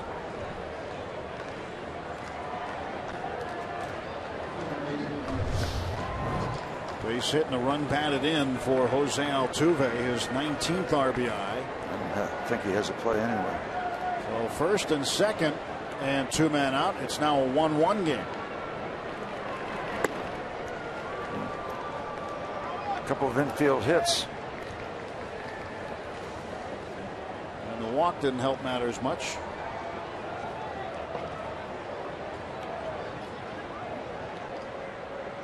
Jason Castro's 1 for 2. 1 run on 4 hits for the Astros, 1 run on 3 hits for the Pirates. 1 ball and 1 strike. That's what AJ hadn't had in a little while, that swing and miss pitch. Hasn't had that since the first 2 men he faced in the 4th. Struck out Castro last time up. He was the first guy he faced in the 4th, and he struck out Chris Carter right behind him.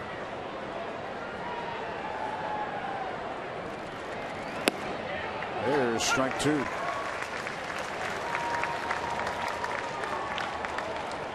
1-2 as AJ tries to limit the damage this inning. Go ahead runs in scoring position for Houston.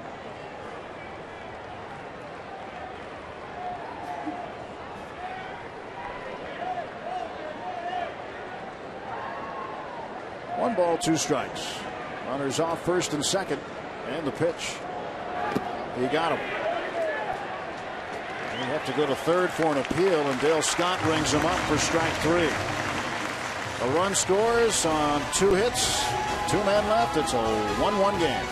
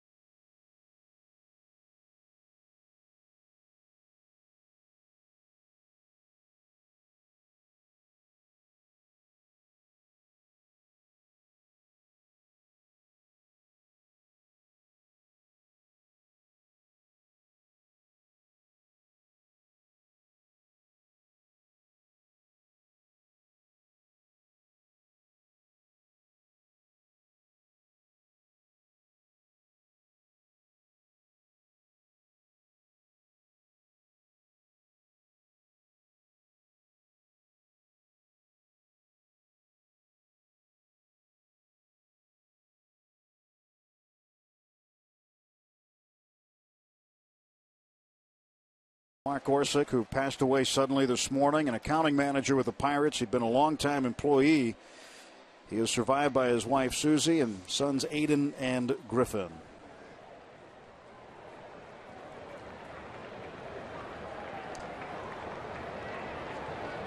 One the score here at PNC Park, bottom of the 5th inning, with Robbie Smikowski and Steve Blass signed Tim Neverett. Jordy Mercer leads off against Eric Bedard and takes up high for ball 1.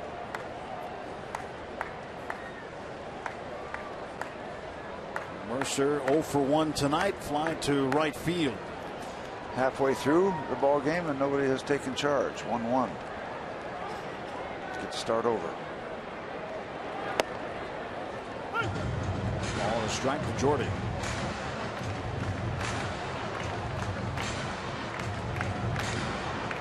And Eric Bedard came to the Pirates. He thought he was in the right place. He had really discovered a love for deer hunting in recent years. And that's one of the things he used to like to do, is go out and see where they were, track them down, take photos so that he knew where to go back to. But he's really big into it now. And I remember telling him that the kids get a day off of school for the opening of deer hunting season. He didn't believe me. Oh, yeah. Monday after Thanksgiving. There's a base hit up the middle, and Jordy Mercer is aboard. Leadoff single for the Pirates shortstop. That sets things up for AJ.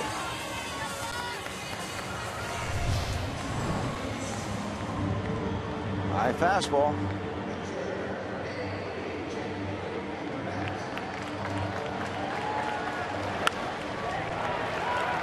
All jumped off the mound out into center field. And now the Astros discussing how we're going to defend the sacrifice bunt of AJ Burnett. Burnett has sacrificed 3 times successfully and looking to do it again here. Wants to get Mercer into scoring position. Nobody out. Third baseman Dominguez coming in. And a throw to first, and Mercer back. I think a fishing expedition is really needed here. AJ's going to bunt. I think they know what's going to happen. And why throw to first?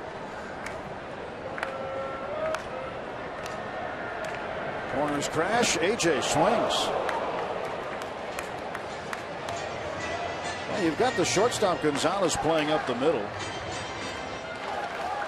And a lot of room on the third base side with Dominguez coming in. Also on the first base side with Carlos Pena charging.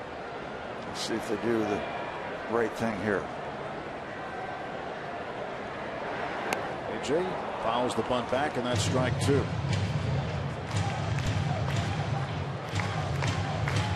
There are times perhaps where you want to give the pitcher every chance he can get to lay the bunt down, right? Yeah, especially when, you know, AJ's 0 for 17. And the thinking on the other side, if you can put the ball in play, then you've really messed up their assumption of the bunt. After that didn't work, they go right to it, and I would think that he's going to try to bunt it again. But who knows? Pena playing about 60 feet away from the plate. He decides to go back to first base. Yeah, well, as far as he goes away from Jordy, that's how far Jordy can get off first base. I mean, he can get out there with no threat of anybody doing anything as long as he keeps track of Pena. And that one taken low. Try maybe a little slug bunt. There's a mixed bag in there with everything. It looked a little bit like AJ was going to shorten up the bunt, then maybe even take a swing. Ended up taking it for ball 1, 1-2. Bedard on the hill, nobody out. Mercer at first base. 1-1 the score. Hits are even at 4 apiece. And a ground ball to the right side. Could be 2. And it is. So a double play erases Mercer after the leadoff single. And now 2 outs and the bases are empty.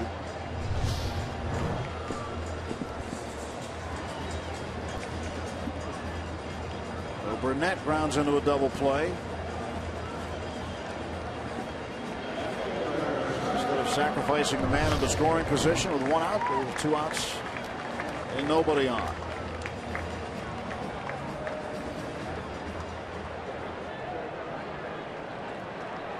Starling Marte open for Partey tonight. He's 0 for 1, but hit by a pitch. And he takes a breaking ball for a strike.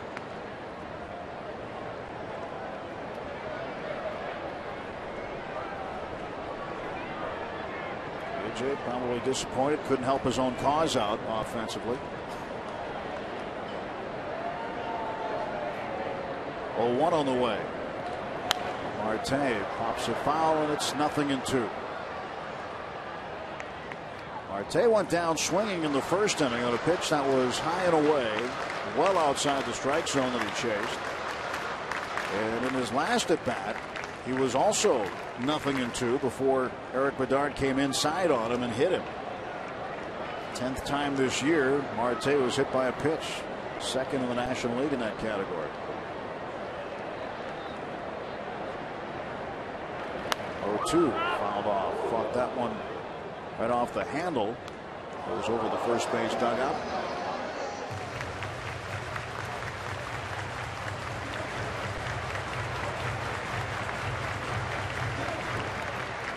Brewers have taken a 3-2 lead over the Cardinals there in the 5th inning.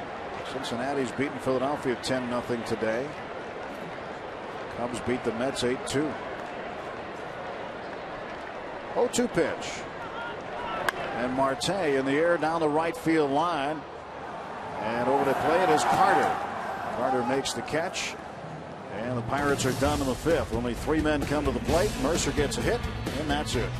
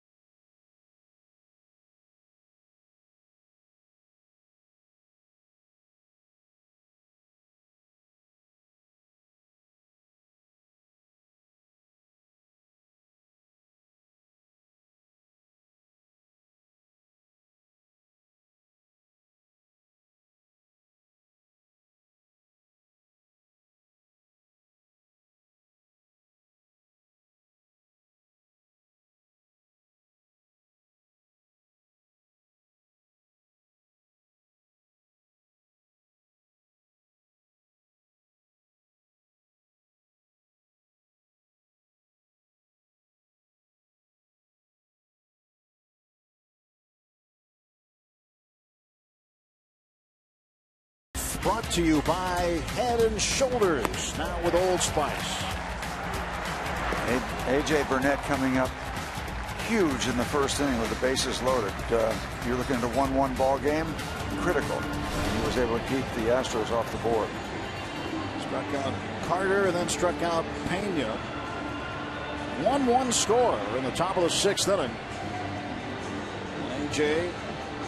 and the Pirates haven't managed much offense. Looked like they were starting out okay. When McCutchen and Sanchez went back-to-back with doubles with 2 outs in the first inning, scoring McCutchen. That's been the only Pirate run. And then a couple of infield singles and a walk produced a run in the 5th for the Astros. So the Pirates offensively challenged tonight. Eric Bedard's been pitching a solid game for them. Haven't given up just 4 hits. AJ has given up just 4 hits. Had a chance to say hello to former Pirate Joe Christopher stopping in the booth. Bucko in 1959 to 60, 61. Or the 60 team. Here's Chris Carter. Takes a strike from AJ. Kind of a neat homestand for renewing some acquaintances. I had never met, I met Matty Lou's son when he was a child. To have a chance to say hello to him and Joe Christopher. Carter base hit to left to lead off the top of the 6th.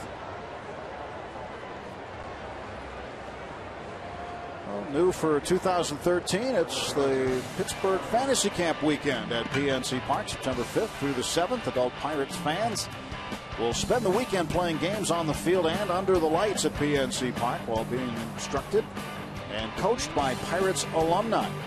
All participants receive authentic uniforms and practice jerseys. For more information, call 1-800-BUY-BUCKS. Don't have the list right now of the alumni coaches and instructors. We'll be getting to that as the summer rolls along. We know that we'll be letting you know who they'll be. That has been a while since we've had that shortened version of the fantasy camp here at the ballpark, but it was very popular when they held it. Nellie Bryles did a great job of assembling some real baseball fans. Got a chance to put the uniform back on, be major leaguers again. Good throw to first. Carter gets back, or maybe not again, but be major leaguers time. for the weekend.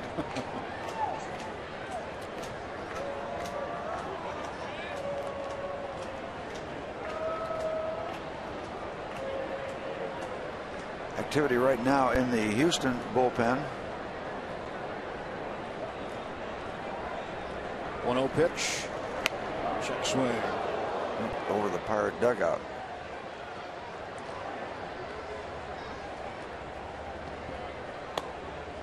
Jose Cisnero warming up. He was one of the few pitchers that did not get in the game last night. Is that the truth? Porter using most of his bullpen tonight. The lefties Blackley and Wright we're told are unavailable.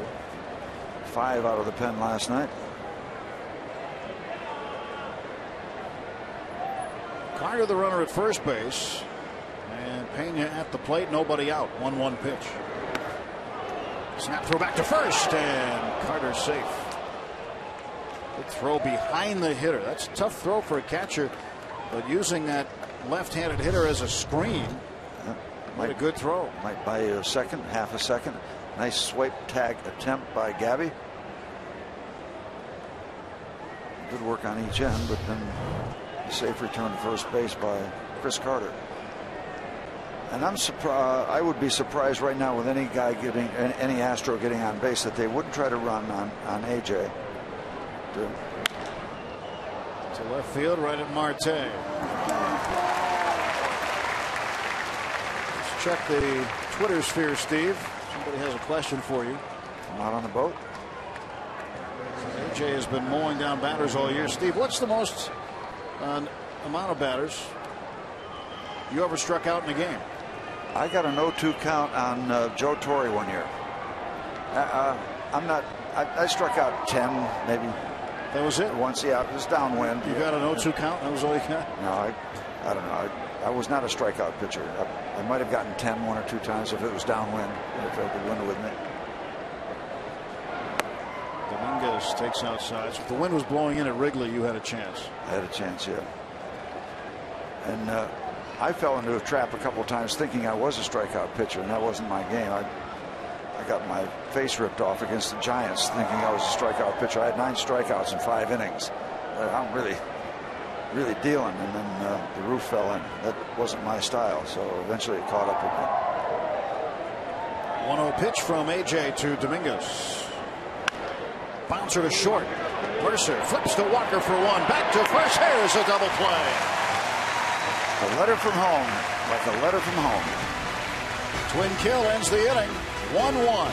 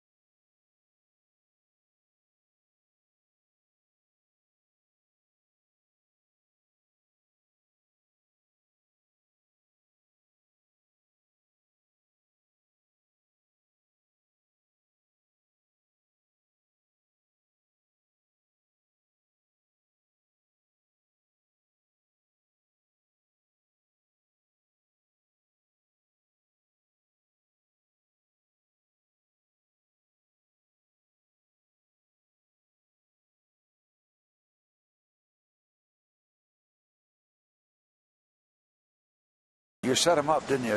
You teased them, and they got overconfident, and it's not been the same for them since. It has been a difficult road for the Bucks, rather for the Brewers at that point. Now something's going on down in front of the Pirate dugout. Dale Scott, the crew chief, is over by the camera well and is talking to the grounds crew. I'm wondering if Eric Bedard wants some work done on the pitcher's mound or not. Not really sure at this point what is happening.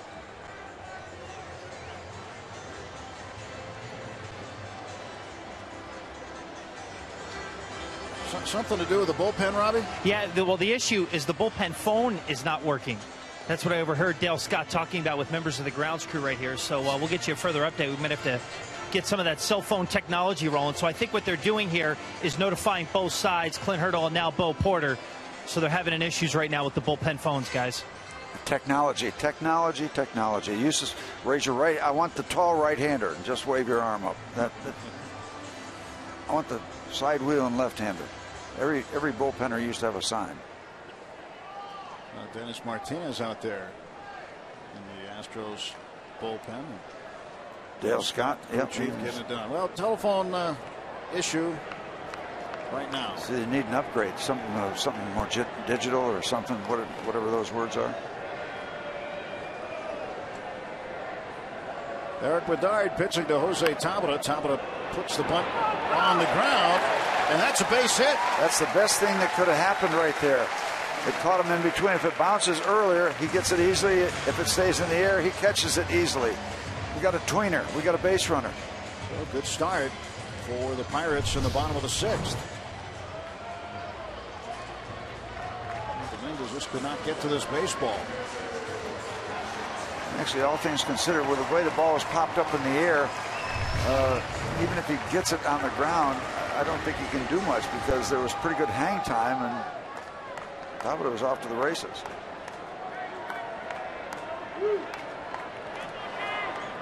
Okay, let's break it open here. Let's give these folks that have come out in droves something to cheer about. McCutchen 1 for 2. Double and a run score. Here's the only Pirates run tonight. Recorded his 11th double of the season in the first inning. Kind of fun to watch his setup because he lays the bat right on the shoulder, and you don't really teach kids to do that, but when the pitcher's getting ready to deliver, that bat comes straight up in the air, so it comes off that shoulder. That's just the initial setup. 2 balls and no strikes to McCutchen, and Bedard, no stranger to McCutchen, having shared a clubhouse with him last year. He knows what this guy is capable of doing. And if he makes a mistake to McCutchen, it could be very costly for the Astros. There's the bat right on the shoulder initially, right there. He doesn't even know he's doing that at this point. That's just automatic. Well, struck down the left field line. That ball is fair. It's in the corner. Around first, heading for second base is McCutchen. Runners at second and third. Nobody out. I didn't think that ball had a chance of staying fair. Looked like he was way out in front of it. Bat on the shoulder. Bat up, ready to go. Down in the corner. Wow. No doubt about it. And Andrew kind of just watching them, not watching him, just kind of tippy-toeing him to second base. Hey, you're not going to watch me? I'll take second base. 12 doubles on the year. McCutchen now 2 for 3 with a pair of 2 baggers. Jose Tabata, the bunt base hit. He's at third base. And now Gabby Sanchez with a chance to get the lead back for the Pirates. He gave them the lead in the first inning with an RBI double. This is the kind of setup you just want to rip this game wide open. You want to get a run, but boy, you really want to get a lot more. Reasonable fly ball to the outfield will score Tabata. Sanchez would like to get McCutchen in 2. Good speed on the base paths. Nobody paying any attention to Andrew. Base hit. I mean, he waltzes home. Sanchez pops this one up to the infield. This won't get it done. Marwin Gonzalez makes the catch And there's one out.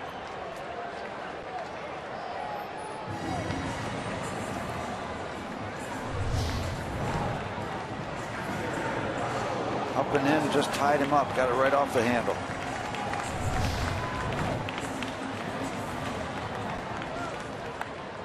Eric Bedard rubbing up the new baseball. Sanchez back to the bat rack, and now Russell Martin will give it a try. Martin is 1 for 2. 12 runs batted in for the Pirates catcher. Infield playing halfway with one out and the breaking ball outside for ball 1. I was wondering if they would consider putting Martin on first base to set up a double play and work to Inge, but they decided not to do that, at least initially. That could change during the course of the at-bat. Martin pops this one back for strike 1.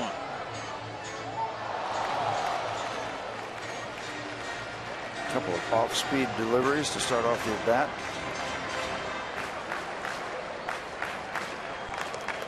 Martin in the first year of a 2-year, $17 million deal with the Pirates, and has been a significant upgrade behind the plate.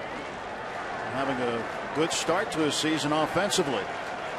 .283 average. Martin's a guy who hit .211 last year. Had the home run bat going with 21, but the average looking a lot better this year, along with the power. Tabata at third, McCutchen at second, one out. 1-1 pitch. In the dirt. Out in front it stays, and Castro will hop on it. That's the go-ahead run.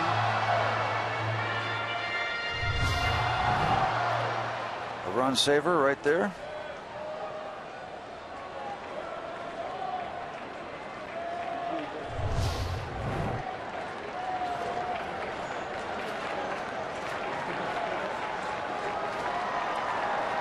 Two on, one out.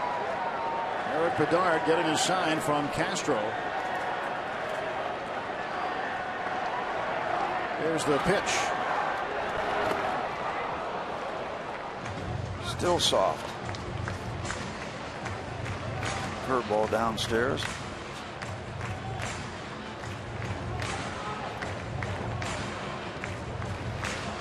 Bedard at times has been a crafty veteran.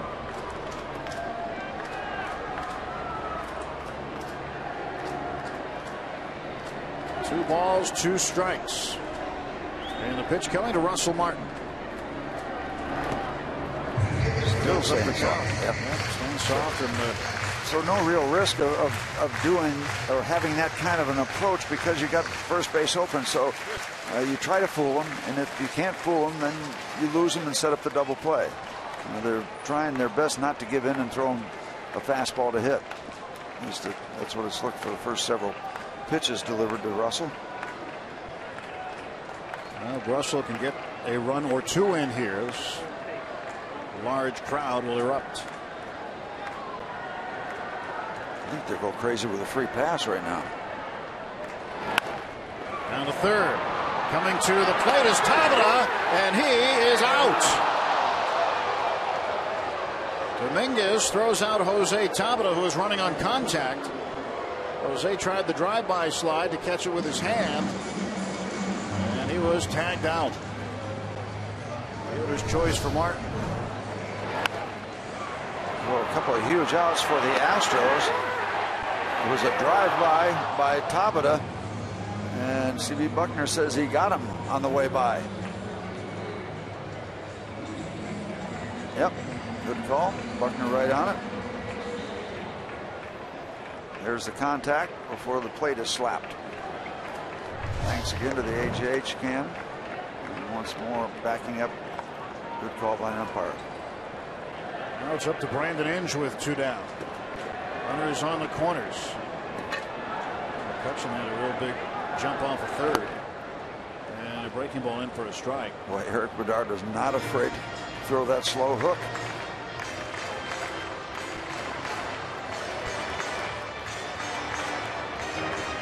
Playing way off of third base. You can see where Dominguez is. McCutchen get a huge lead.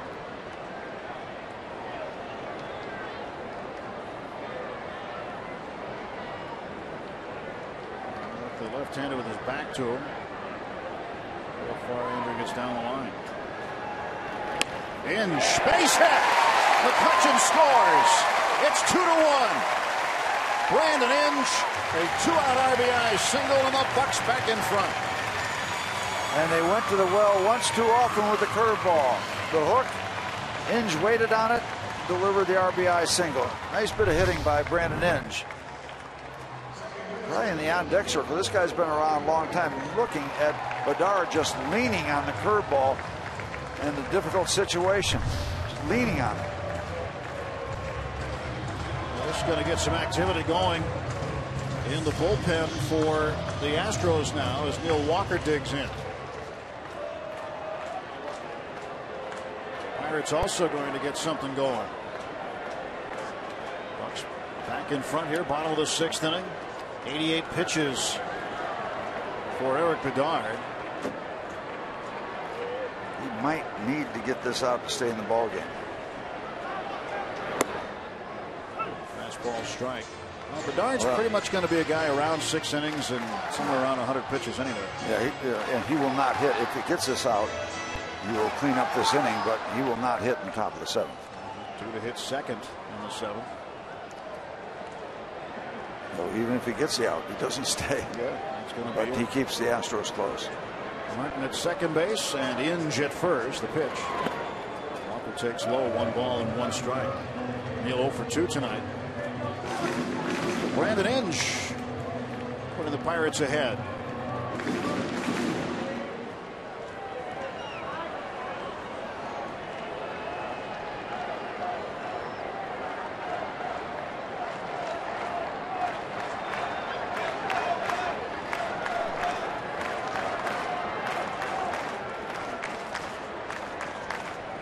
Wesley Wright, the left-hander, and Edgar Gonzalez, the righty. Loosening for Houston.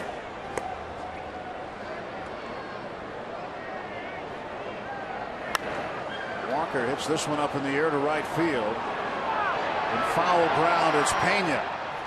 He will make the catch. Pirates get a run on 3 hits. They leave 2. It's 2-1 after 6.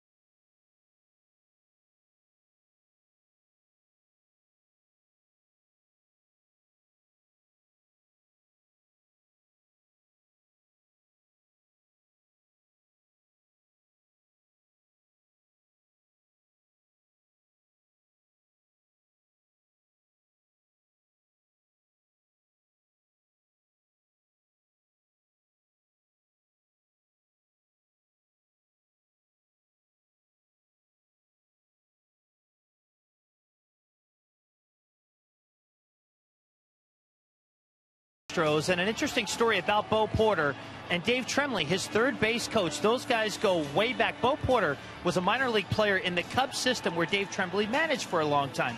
Porter played for Tremblay for 3 different teams in the Cubs minor league system. So they had parted ways for a while. Porter went on to go to the Marlins and to the Washington Nationals. And then about midnight over this winter on a Friday night, Dave Tremblay gets a call from Bo Porter. Hey, Dave, it's Bo. What's the matter? It's midnight on a Friday night. Hey, we got the job. He goes, what do you mean we got the job? He goes, on Monday, I'm going to be named the manager of the Houston Astros, and you're coming with me. He said, well, Bo, whatever you can do to help, let's just sleep on it. We'll talk next week. Well, 3 days later, Dave Tremblay flies to Houston, interviews, and accepts the job. And the one thing he pointed out about Bo Porter, giving him this opportunity, of course, Dave Tremblay, former manager for the Baltimore Orioles, is that a lot of guys in this business, it's a checks in the mail mentality. Yeah, when I get a job, I'll go pay you back. But here's a unique opportunity and a unique story, Steve and Tim, where Bo Porter once played for Dave Tremblay, and here is Bo Porter in a managerial position, giving back to Dave Tremblay and getting him back in the big leagues, as he was a Cubs or Braves minor league instructional league coach before he took this job. So a pretty cool story, and says a lot about the type of guy that Bo Porter is. Never forgets where he came from. Yep, kept his word. It happens around baseball. Guys are loyal to one another. You see new managers in new places. They bring their guys with them from time to time, and they're allowed to do it. First job as a manager for Bo Porter. Just 40 years old. 1-1, and Gonzalez rips this one foul.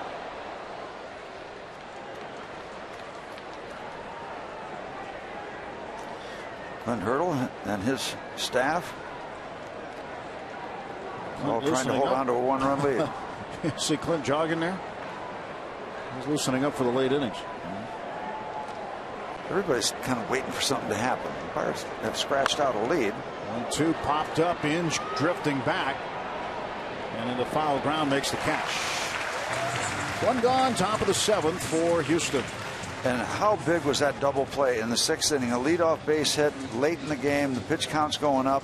Gets a fly ball to the left, and then the double play. That double play in the top of the 6th was huge for Burnett and the Pirates. And now the pinch hitter is Jimmy Paredes, who had the error in the bottom of the 9th last night to give the Pirates the walk-off win. Second time this week he's bumped into an infielder. Paredes pinch hitting for Bedard. Bedard's night done. Good start for Eric Bedard. 6 innings, a couple of runs on 7 hits. I believe he walked the batter and struck out 3. See a walk. He hit Marte. No base on balls. Nothing in 1-2 Paredes. 0-1 pitch. That's inside. One thing you're noticing tonight, Steve, is anytime there's a fly ball hit to an infielder that they have to go back on, we've seen everybody's hollering. Altuve do it. We've seen Pena do it a couple of times. They are waving their arms emphatically, saying, I've got it, stay away, stay away. So you know that those guys had a meeting today and a directive saying we cannot allow this to happen again. It's been since 2009 since a game ended on a dropped fly ball, but there was a collision between Jake Elmore, the second baseman, who was sent back to AAA today, and Paredes, who's at the plate now. He was in right field at the end of the game. 2-1. Now it's 2-2. Let's take a look back on Monday. Right there, bumping into Altuve, and then last night, and that was the game changer.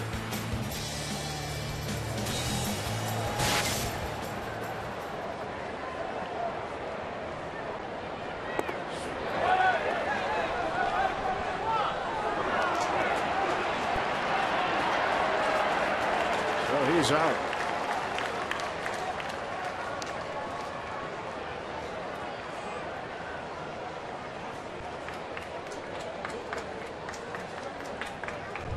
What happened there with Russell Martin? Did it hit him?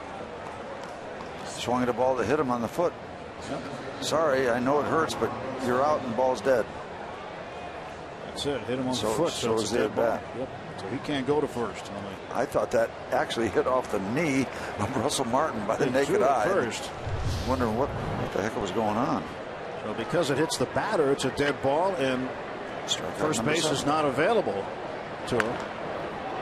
Grossman grounds it to first. Quick toss to A.J. Nicely done. And the 100th pitch of the game for A.J. Burnett results in and out. 1-2-3. Go the Astros in the top of the 7th inning. It's a 2-1 Pirate lead, and it is stretch time at PNC Park.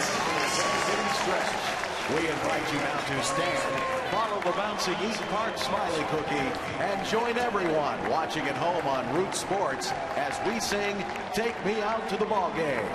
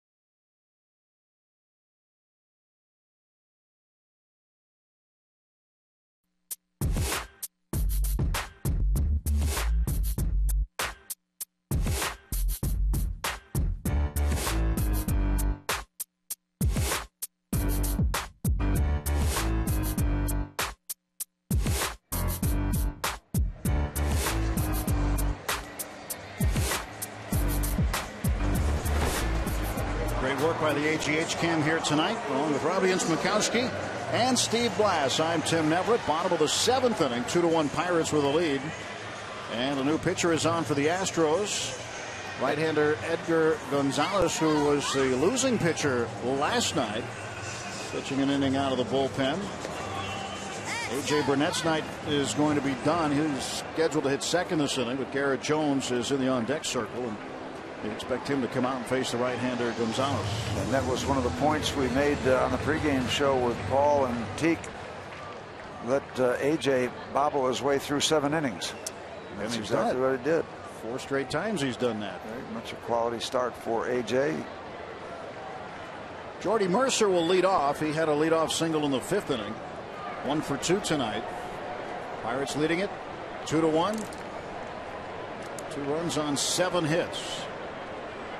Game 2 of a 3-game series. Pirates took the opener last night. And Mercer will take strike 1. Final line for A.J. 7 innings, a run on 5 hits. He walked 4 and struck out 7. A lot of base runners, a lot of pitches thrown, but just 1 run given up.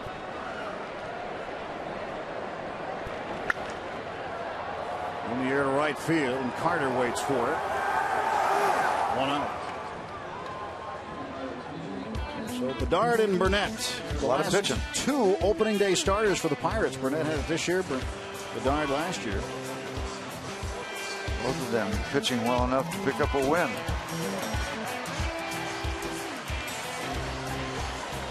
These are the numbers. Bo Porter shot out of the dugout to make the change. Oh, Bo Porter going to get the lefty. Wesley Wright. We'll take a timeout. 2-1 Pirates in the bottom of the 7th.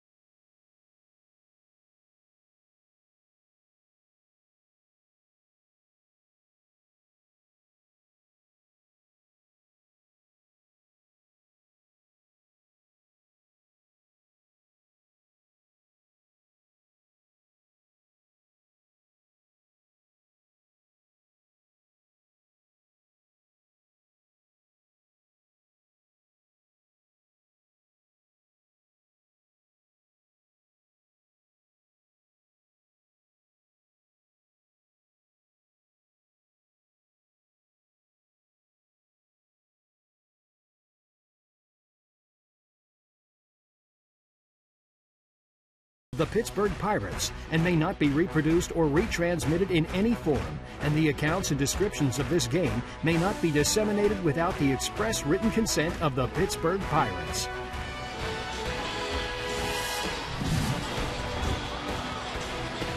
Big crowd tonight, over 30,000 on hand to watch the Pirates and the Astros and Game 2 of this 3-game set. And now they like what they see. The Bucks in front 2-1. Bottom of the 7th inning. New pitcher is on. The left-hander Wesley Wright. He is the left-handed specialist for the Astros, and he's facing Garrett Jones. Jones pinch hitting for A.J. Burnett.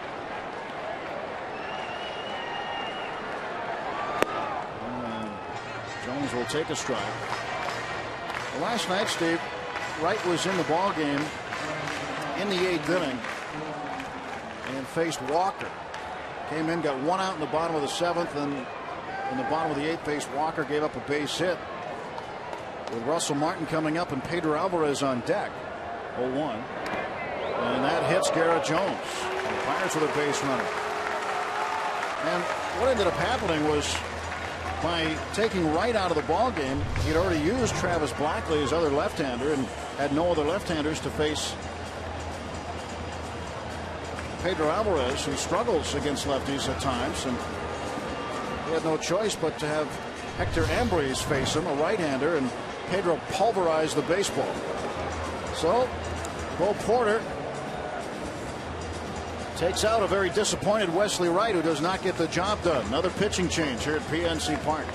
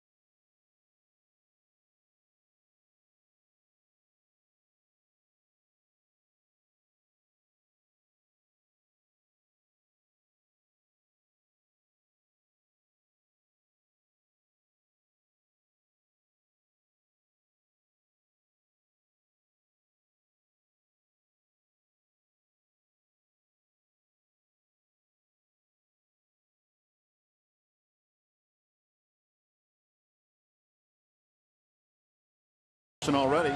Starling Marte coming up. Steve, is getting hit by a pitch a rite of passage for a young star like Marte, or is there another reason he gets hit a lot?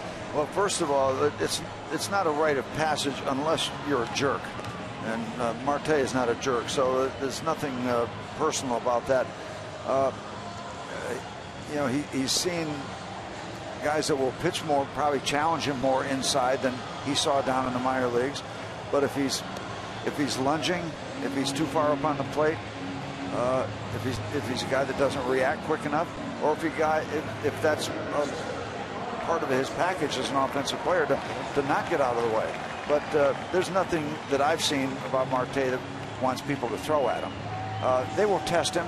I mean, there's a degree of that, but I don't see him really having a problem with that. I don't see him being destroyed in an at-bat by somebody knocking him down and say, okay, that's the way to get him off the plate, and he'll be scared, I haven't seen any of that with Marte. Jose Cisnero now to face Marte with Jones at first base and 1 out. I don't see him being intimidated by being either hit or knocked down. And if somebody sees that, you'll see a lot more than we've seen so far.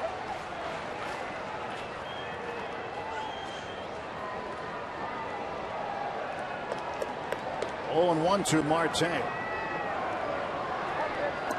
Gonzalez pitched the third of an inning. He got the right-hander Mercer to fly to right field. And then Wesley Wright came in to face the lefty Jones. Hit him with a pitch. Wright was lifted, and now Cisnero in. Well, a rite of passage is seeing how you will handle an inside pitch, but a rite of passage is not necessarily being hit. They'll test you. They'll check your oil.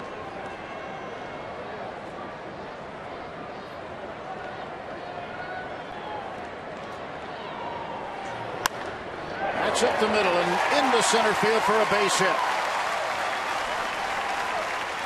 Marte's first hit of the night. He's 1 for 3. First and second, and 1 out.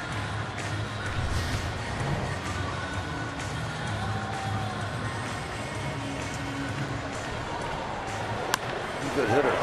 Hits downstairs.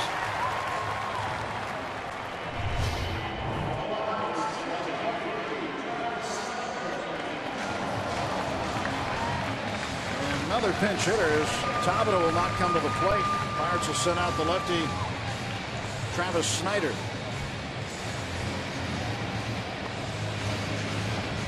In the finale against Milwaukee, Snyder put one out by the boathouse through the trees off the sidewalk and into the Allegheny River for the 31st river ball.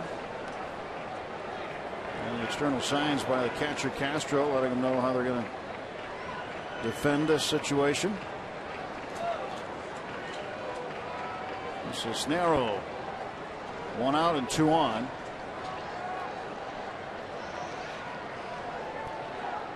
And the pitch coming to Travis Snyder. And this one pulled to the right side, backhanded by Pena. He'll have 1 play. 2 runners move up. Garrett Jones down to third base, and over to second base is Starling Marte. And assisted on the putout. That pitch downstairs underneath the strike zone. And a pretty good backhand stop by Pena. That's a good play.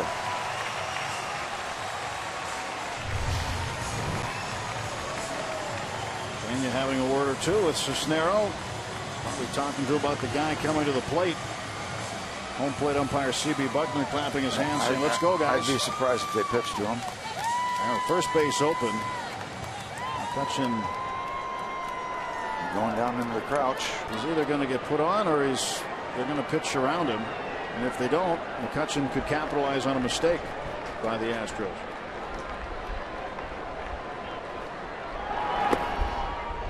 Ball 1.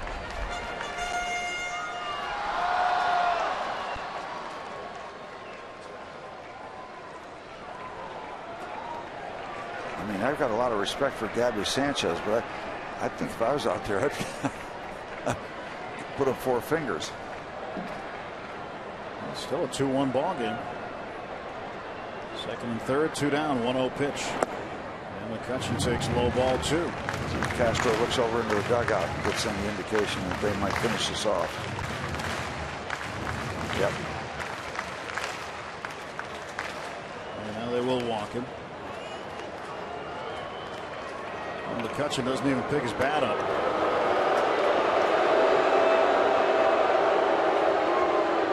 $32,925 want to see McCutchen hit. I mean, this is not to the degree of the Ralph Kiner stuff we used to know about in Pittsburgh when people would wait for his last at bat, but Andrew's heading in that direction. They like to see him play. They like to see him get his swings. Very intentional walk. Loads the bases. Bases full of bucks for Gabby Sanchez.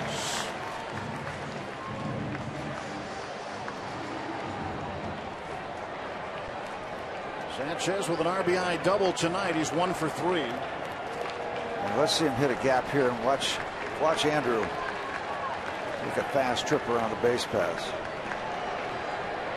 Just narrow stretch. And a pitch inside to Sanchez.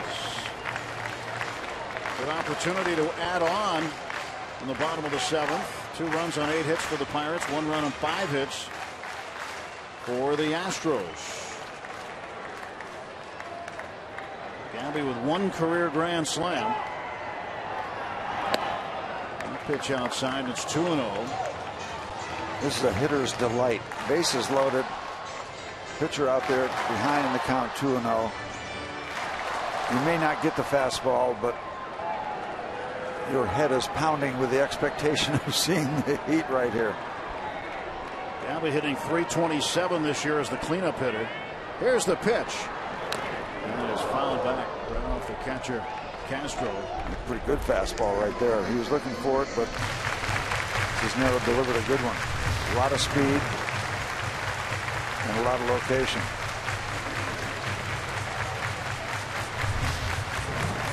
With 2 balls, 1 strike to Sanchez. Hard to keep everything together with a low inside 94-mile-an-hour fastball.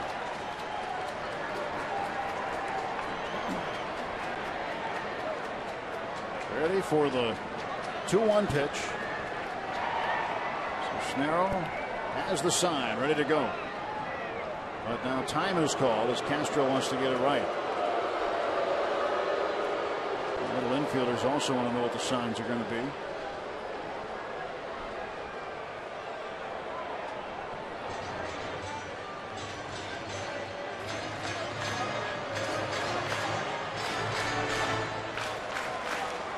Pedro's got his batting gloves on just in case he's needed late in the ball game. Pirates went all right-handed with their lineup tonight, and now Jones in there as a pinch hitter. Snyder, another lefty, as a pinch hitter. And the only lefty on the bench remaining is Alvarez. 2 right-handers on the bench, Barnes and McHenry. C.B. Buckner, part of that conference. Well, he came in and said, "What do you think, boys? One's a fastball, two's a curve, second sign. What do you want to do?" Plus the sandwich shop is closing soon. Bases full of Bucks, 2 outs. The pitch way outside. I don't think they went into conference about that delivery.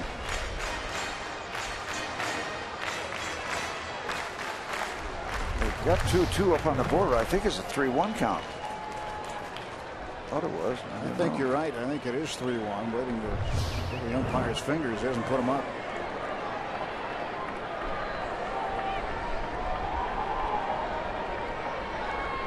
Here comes the pitch. And now it is a full count. I guess it wasn't what I thought. So now it is showtime. Runners will be on the move. Jones at third base. Mate at second, McCutcheon at first. Were we here last night in the 9th inning? We were. Bases loaded. 3-2. 2 outs and tie ball game. Now the Pirates have the edge, but they can add on.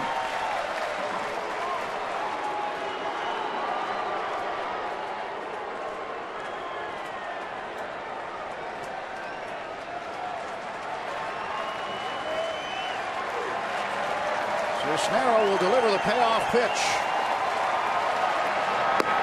Strike 3 called, and Sanchez disappointed in that. We'll go to the 8th. Still a 1-run ball game.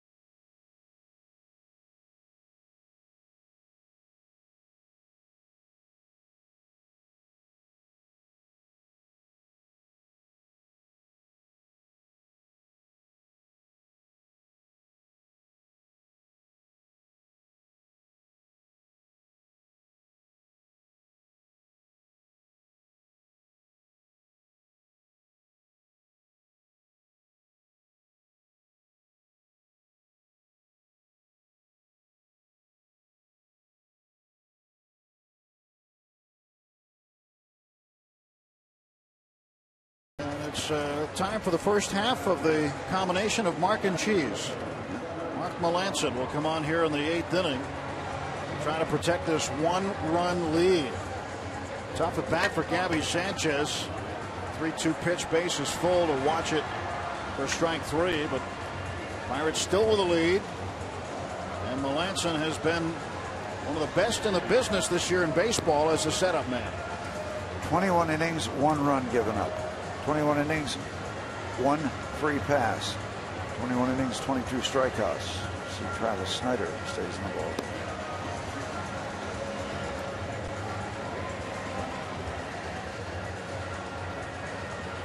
As Paul had talked about, the Cardinals and Brewers locked up in St. Louis right now late. Take a look at the standings in the National League after the Reds have won today against the Phillies. 10-0. That was a big offensive output for the Reds today. So they're in half game in front of the Pirates until the conclusion of this one. If the Pirates win, they'll stay with them. If the Brewers would win, the Pirates and Reds would gain a little ground on the Cardinals.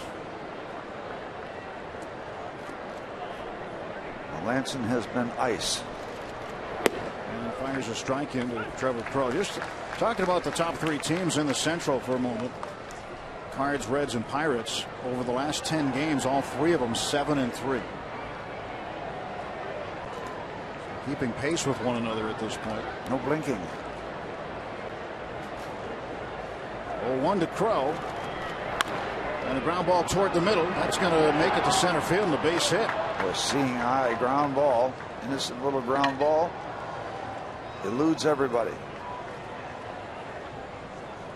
The Bucks and PNC Bank are teaming up to bring you discounted PNC check card dates every Friday and weekday matinee game this season. All PNC Bank customers who use their PNC check card get up to $10 off outfield box, lower outfield box, outfield reserve, or grandstand seats. Purchase tickets at the PNC Park ticket window or visit pirates.com/PNC check card. Next up, this Thursday, it's the Cubs. 12:35 start. Last game of the homestand. Jose Altuve hit into a double play in the 3rd inning. He is 2 for 3 with an RBI. He will take that pitch outside and low. Mark Melanson has not given up a run over his last 13 games. Struck out 2 of the 3 Brewers he faced Wednesday night. Issued his first walk of the season last Sunday in New York against the Mets. And in 17 of his last 18 appearances, the Pirates have been victorious. 1-0 pitch. And that's there for a strike call.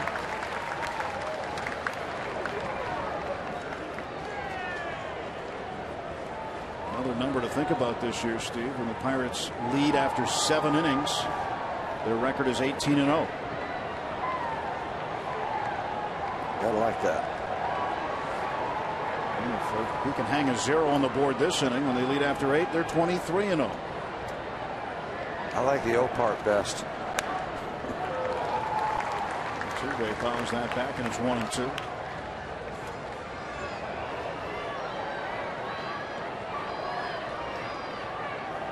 Mark Melanson, former Houston Astro. There's Jason Grilli. Really a big part of the reason the back end of the bullpen has been so successful. His job right there is to hand the ball off to the closer with the lead, and he has done that. There's not a better 8th and 9th inning tandem in baseball right now. 1-2 to Altuve. Ground ball toward the middle. Past Mercer into center field, a base hit.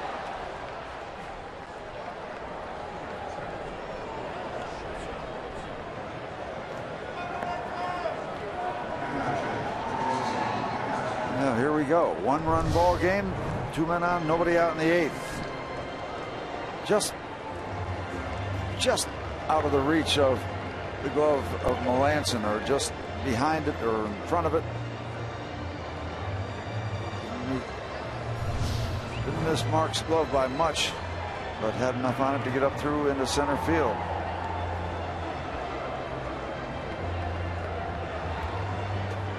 trouble brewing for Mark Melanson.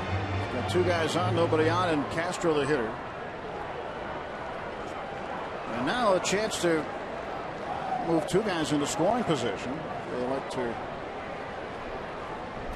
do something different with their cleanup hitter other than let him swing away. These are trying times for the Houston Astros. Inge kind of even with the bag. A bunt would not be out of the question here for Castro.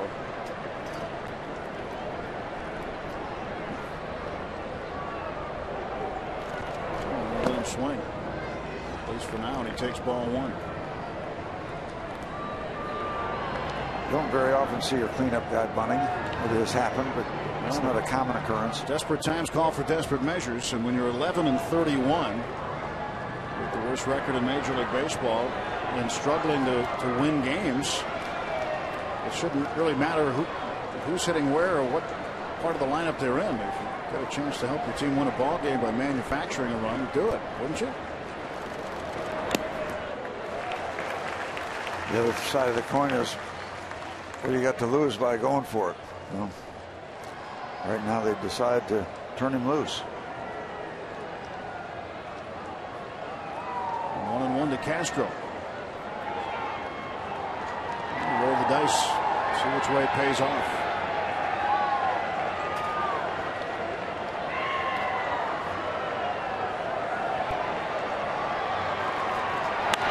And a bouncer to first base. Sanchez goes to second. They'll take one there. Back to first. That's safe.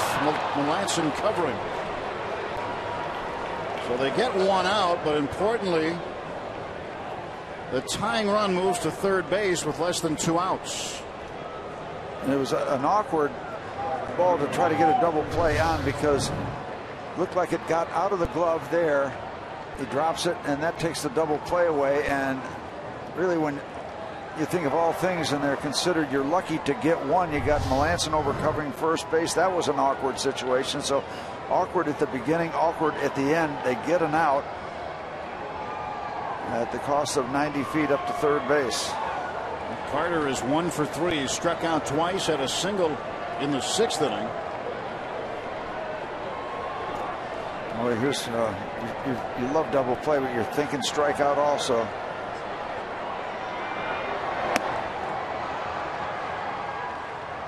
The only run that Melanson has given up this year was a first pitch fastball to Joey Votto of the Reds, in a situation where he basically was in mop-up duty that game. The Pirates had the game in hand, and Votto hit a home run. That's the only blemish run-wise against Melanson this year.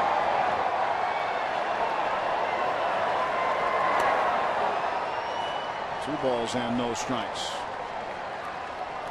And you're looking for the strikeout, looking for the ground ball, but you also got to be careful that you're not trying to be too perfect. And I'm not saying that Mark Melanson has fallen into that category, but he's behind 2-0.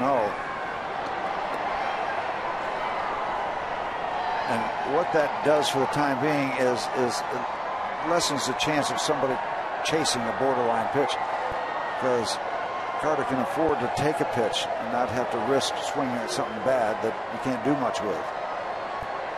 But he has the edge here coming into this 2-0 delivery.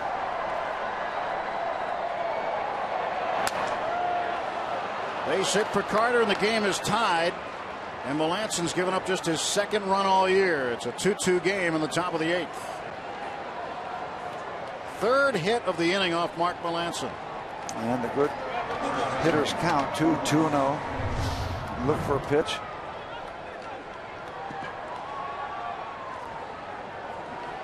Might have been the fastball or the cutter. Similar speed on those pitches, but they get the hit, and we're back to square one.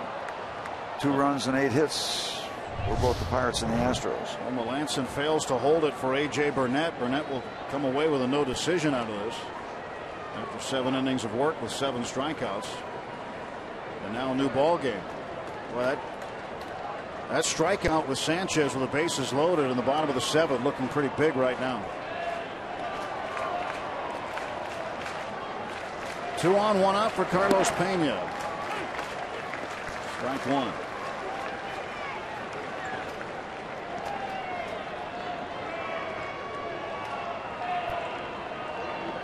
struck out in the first, flied to left in the sixth.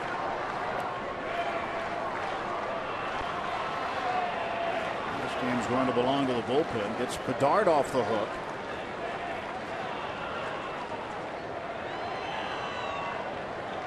And I really, all things considered, and I don't know what's going to happen in this inning, but I always like the idea these days about the ball game in the hands of the respective bullpens, because I like ours a lot. Kind of put them up against anybody.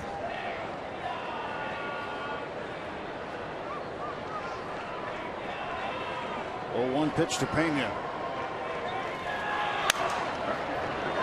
It'll roll it to Walker. He'll go to second for one, back to first. He got him. A double play ends the inning, but damage done as a run comes in on 3 hits. We'll go to the bottom of the 8th at PNC Park, all square, 2 runs apiece.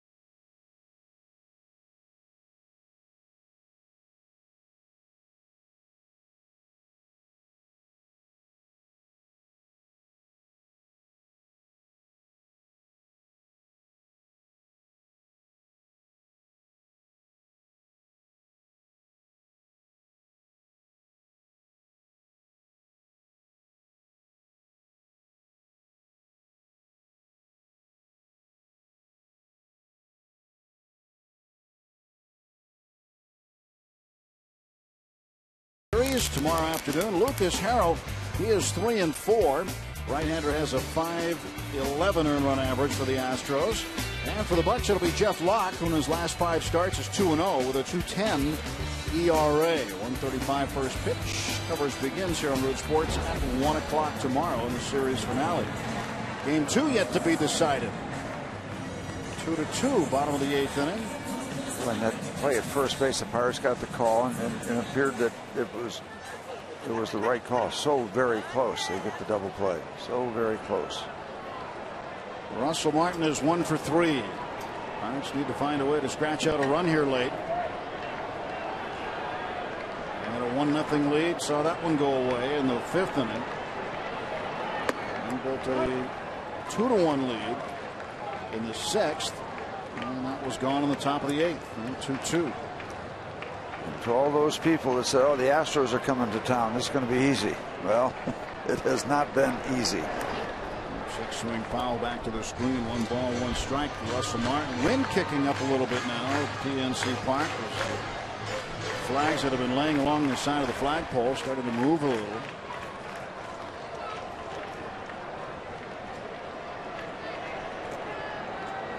One and one the count. See if Russell can hit that left center gap again. He swings and chops it to third. Dominguez plays the good hop. 1 out.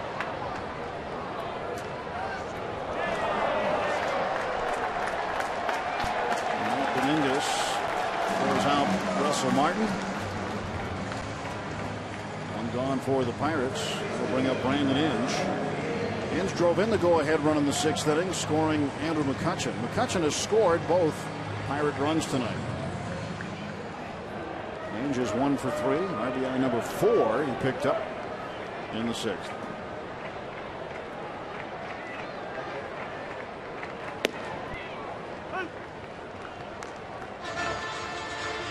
Cisnero with the strike delivered. 0-1 to Brandon. Well, last night took the Pirates to the very last pitch of the game to win it. I'd like to find a way here and have Grilly come on and save it in the ninth. Just need a run here to do that. If not, they'll be attempting to hold the Astros in the top of the ninth inning and win it in the bottom. Astros have 2 men in the bullpen. Pirates with 1 right now.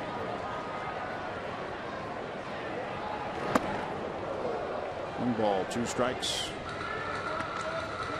Jason Grilly loosening up.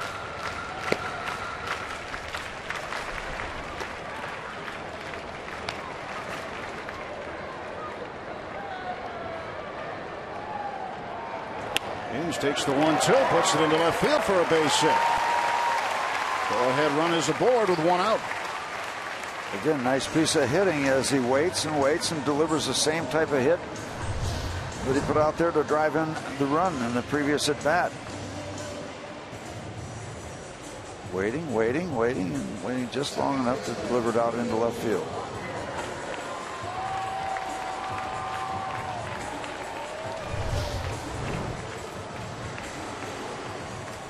Now we get Neal going.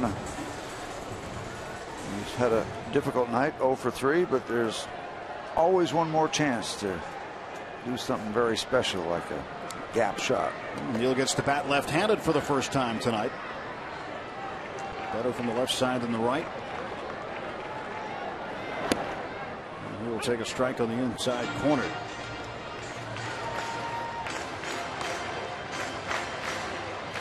No balls, 1 strike to Walker, hitting .248 overall, 1 home run, and 11 runs batted in.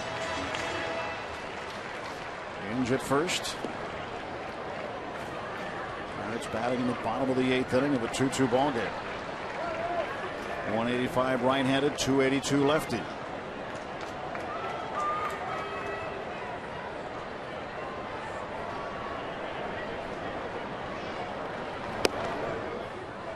Those comparative numbers certainly tell a story.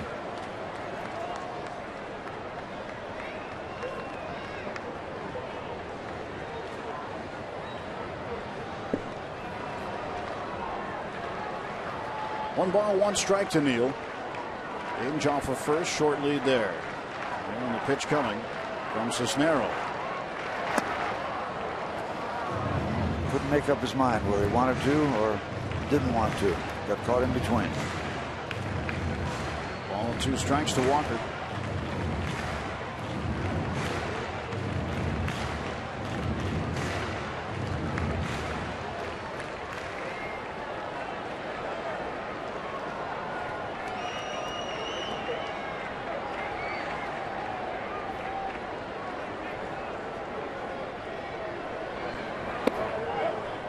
Even now, 2 balls and 2 strikes. Pirates have won 4 straight, 7 of their last 8. 25-17 the record last year after 42 games. 2 games under 500 at 20-22 at the same time last year schedule-wise.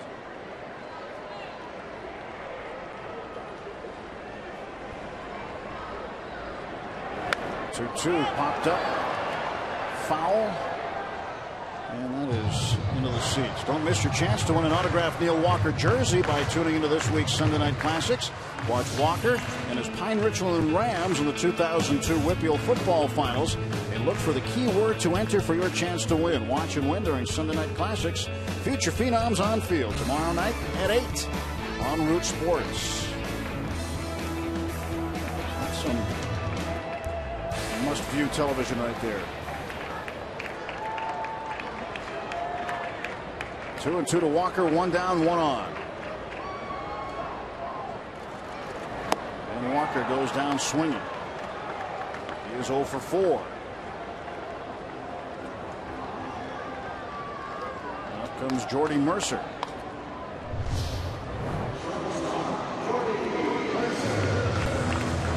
Down underneath. Far enough in where Neal couldn't get to it.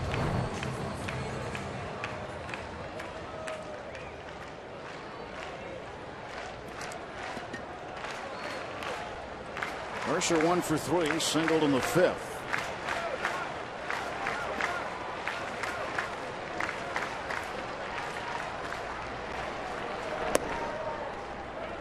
Ball, no strikes to Jordy. There's Pedro out on deck with the pitcher spot up next. Alvarez hoping for an opportunity here. He brought the crowd to their collective feet last night. One of the longest home runs you'll ever see hit out of this ballpark.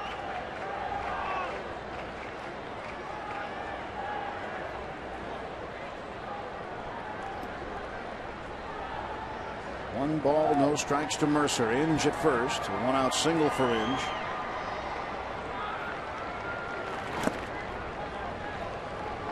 Nowhere to go for Inge on that one. 2-0.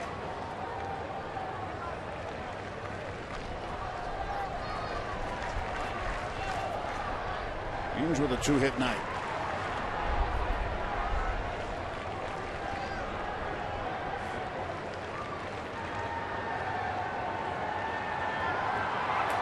Jordy Mercer waiting for this 2-0 pitch from Jose Cisnero.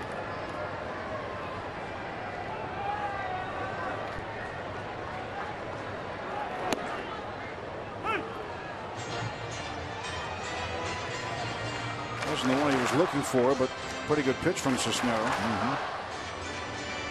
Seems like there's been a lot of situations where Pirate batters have been looking for fastballs and not getting them.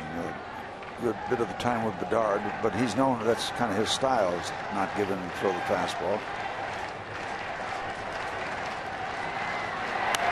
Mercer fouls it back. He's down to his last strike in this at bat. Ball got in on the hands. And of course, a guy like Eric Bedard, who pitched very well tonight, by the way, when he's getting hurt with his fastball, as we know by the numbers, then you're really going to lean toward the off-speed pitch. And the count is not in your favor because that's what the hitters are looking for.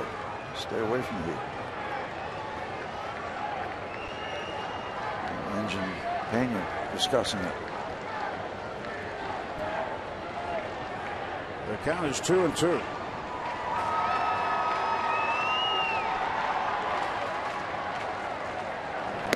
Mercer strikes out.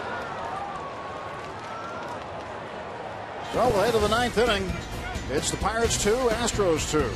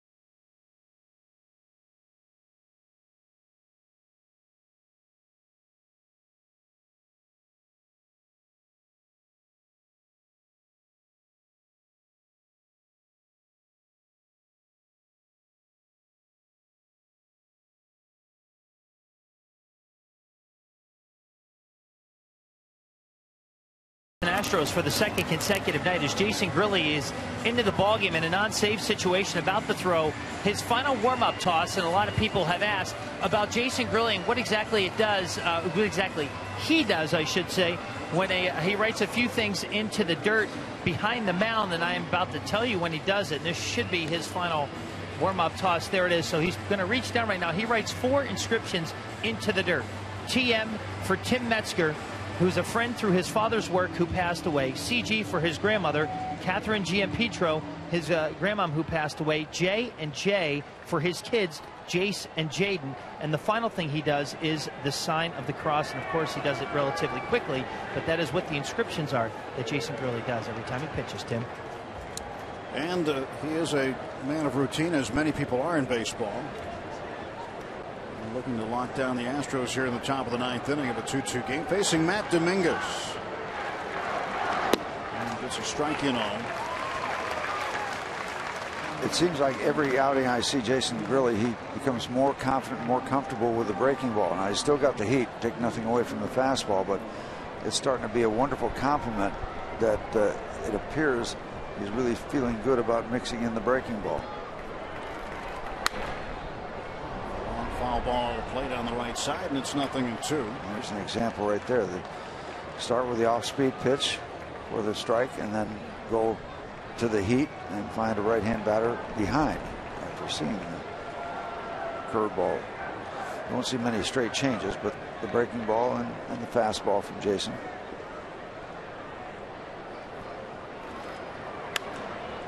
Pulled foul and out of play. Last time Gurley came into a game in a non-save situation was Tuesday, when the Pirates went 12 innings with the Brewers. He came in the 9th inning and struck out the side. Got Ricky Weeks, Martin Maldonado, and Blake Lally. 1-2-3. 0-2 pitch coming to Dominguez.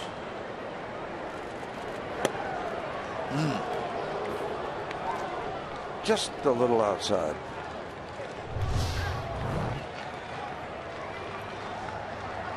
Not much, just a little.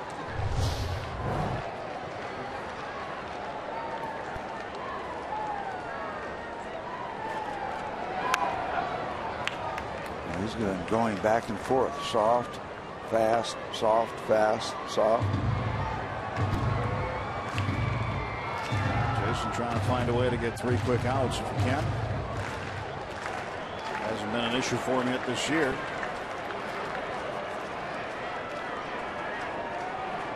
This one's going to the outside. Popped him up. And the second baseman Walker calling for it. And there's 1 out for the Astros in the 9th inning. Every other pitch came back with another fastball. The last delivery and got the pop up.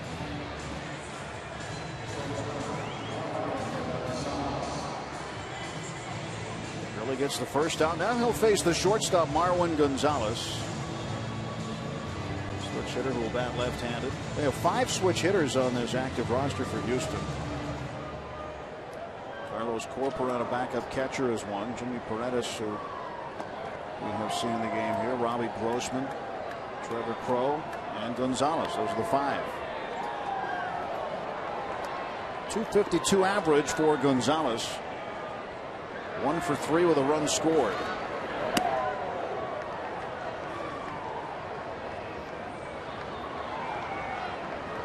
In the bottom of the 9th inning, Pirates will send up a pinch hitter, more than likely Pedro Alvarez. And then back to the top of the order, Starling Marte with Travis Snyder to follow.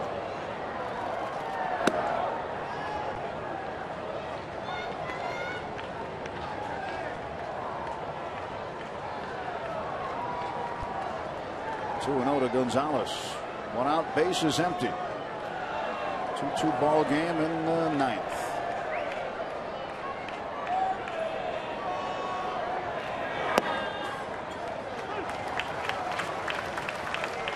Game number 43 on the season. 119 to go after tonight in the regular season. We passed the quarter pole.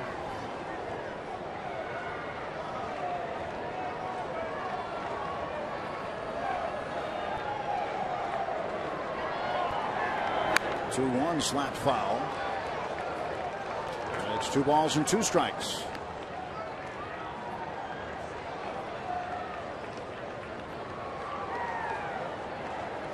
Kids Day Sunday tomorrow afternoon, 1:35. Lucas Harrell for the Astros, Jeff Locke for the Pirates. Pirates took game 1 last night. Game 2 yet to be decided. 2-2, popped him up, and This time Jordy Mercer will call for it. 2 out for the Astros.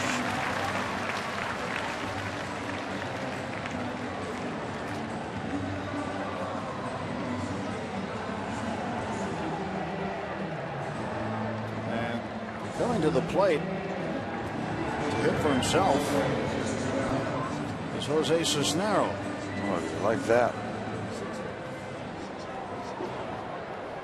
Well, you've got position players available, but he's only used 1 bench player, Paredes. He's got 4 position players still available.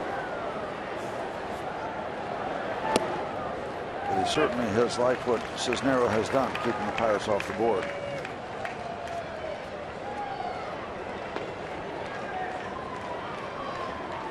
Well, Porter's planning on a lot of extra innings tonight, perhaps.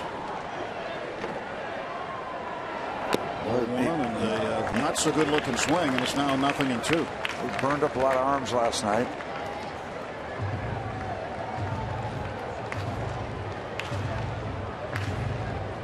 He's got 2 men warming in the bullpen. Jose Veras is one. Travis Blackley another. And this should put down the top of the 9th. And a swing, and it gets away right Good back bounce. to Martin. And that's it. So the Pirates will go to the bottom of the 9th inning, looking for another walk-off winner. It's tied at 2.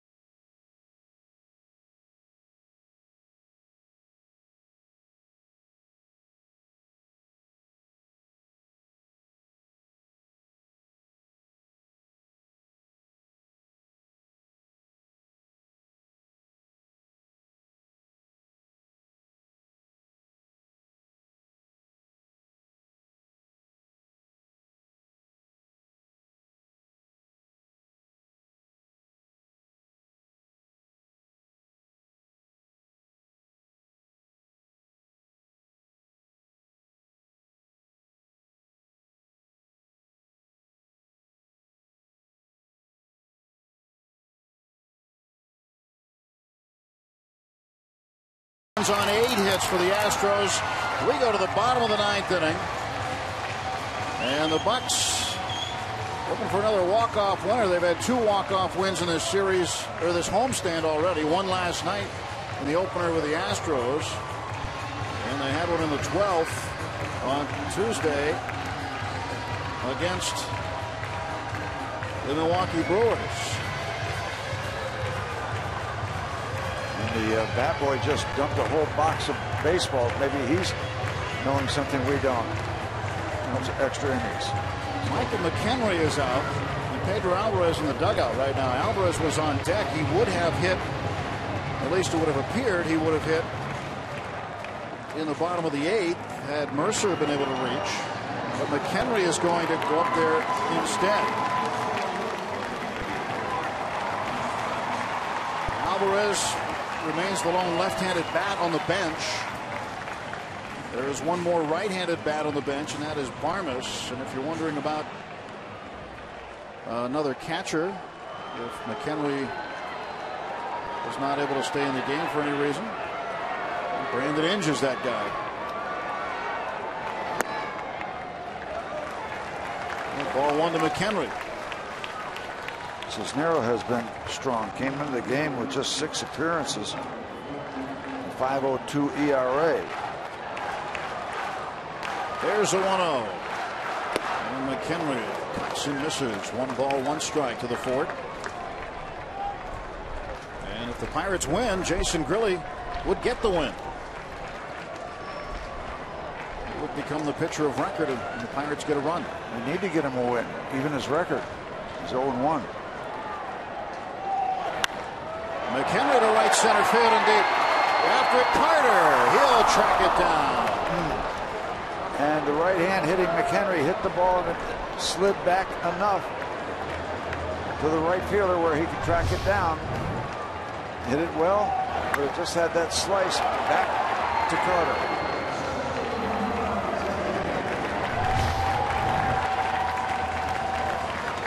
Chris Carter making the catch in right field. Starting Marte. Yep. Marte 1 for 3, average on the season now at .314.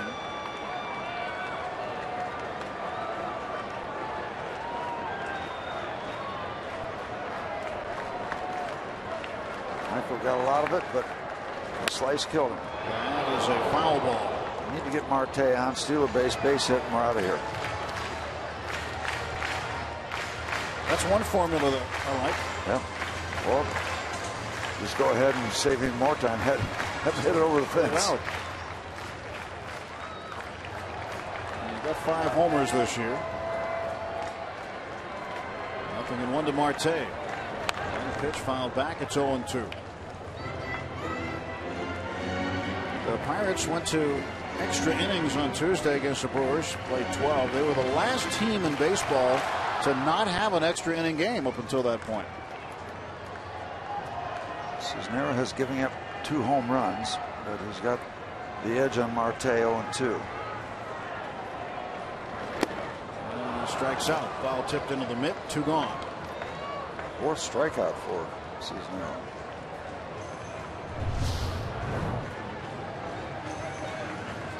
High heat up over the strike zone.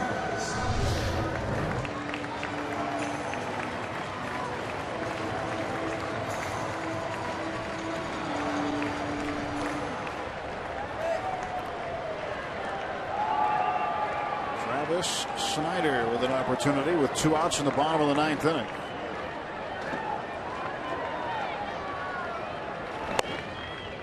Strike 1. Carlos Pena, the first baseman, really guarding the line. Playing no doubles defense against Snyder. This one's hit high in the air to right field. Under it is Carter. We're going to extra innings. After 9 full at PNC Park, Pirates 2 and the Astros 2.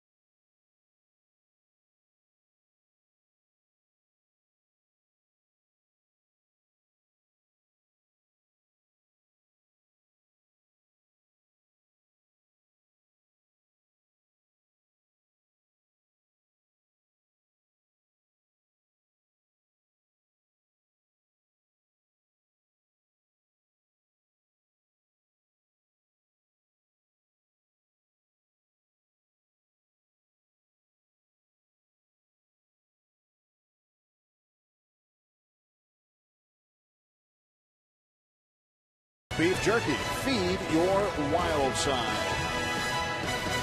That's Dave ready to go to the 10th inning. 2-2. Yep. Chance to start it all over again. Brian Morris coming out to work here in the top of the 10th. Look, folks are hanging in there, still looking for a Pirate win. Brian's had a little string of pearls working, 4 straight scoreless appearances. Overall numbers: ERA under 3. His batting average 175. Burnett, Melanson, Grilli, Morris. A run given up by Burnett, a run given up by Melanson. The 2 the Astros have. So for the Astros, the top of the order due up: Robbie Grossman, and Trevor Crowe and Jose Altuve. Face Brian Morris here in the top half of the 10th inning. Late Saturday night for the youngsters, but seem to be still having a good time. There'll be a quick turnaround tomorrow with a day game here. Yep. But what's different for the Pirates is no getaway day tomorrow. Normally Sunday getaway day. Monday's a day off. And back at it Tuesday, Wednesday, and then Thursday afternoon against the Chicago Cubs. Before heading out to Milwaukee and Detroit on the next road trip. Grossman is 0 for 3. They could be heading for extra innings in St. Louis, 4-4 with the Brewers. Pitch up high to Grossman. Jared Hughes, who did not make the game last night but was on the active roster, he was still trying to get here, missed a connection, had a flight delay. Didn't get in until after midnight last night. And Vin Mazzara, those are the 2 guys left for the Pirates who are active. Tony Watson and Justin Wilson, both left-handers, both unavailable tonight. At this point, you never know how things can change, and sometimes the unavailables are pressed into service.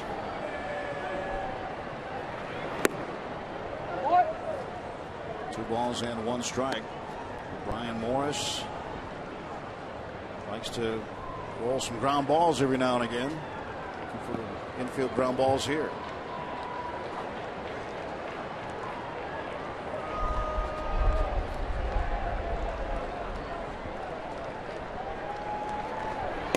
Two ones in for a strike.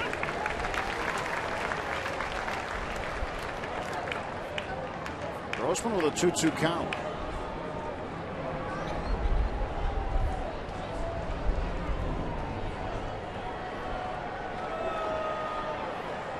Brian Morris set to go, and the 2-2 pitch.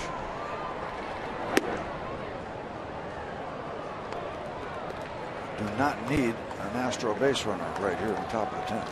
Do not need that. So Morris needs to deliver a strike right here. Grossman has walked once already tonight. That was in the 3rd inning.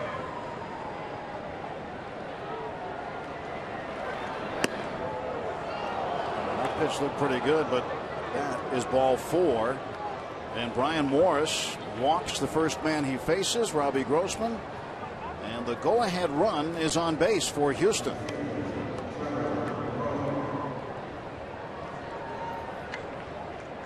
Trevor Crowe, the batter.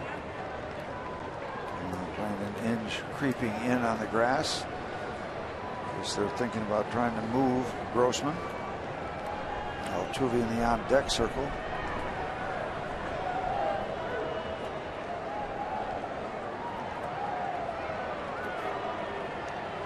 Pirates expecting a bunt. Go to first base, and trying to Grossman gets it. back.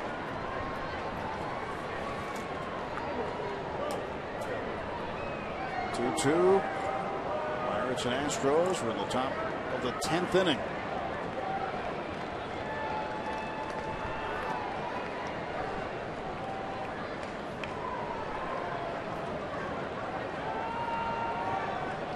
Crowe has walked twice. And a base hit and scored a run. Morris again to throw to first base. Quick tag down by Gabby Sanchez. Grossman gets back. Now Dave Clark, first base coach of the Astros, out telling Robbie Grossman, don't you dare get picked off, or it's going to be a bad time for both of us.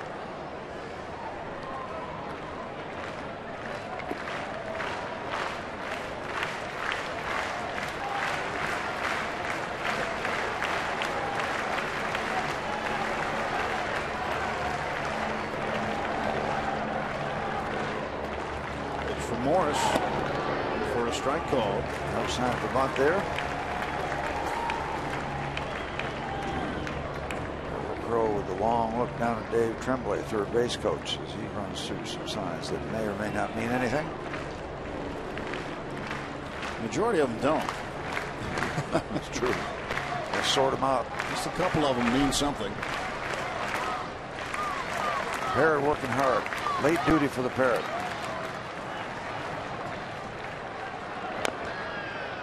Strike. 0-2 on the foul ball. I think they might be thinking that if they bunt Grossman over, that we might walk Altuve to just get on the other side of him. Not have to deal with him. First base open, sure. Perhaps is a possibility. But it's an 0-2 count on Trevor Crow.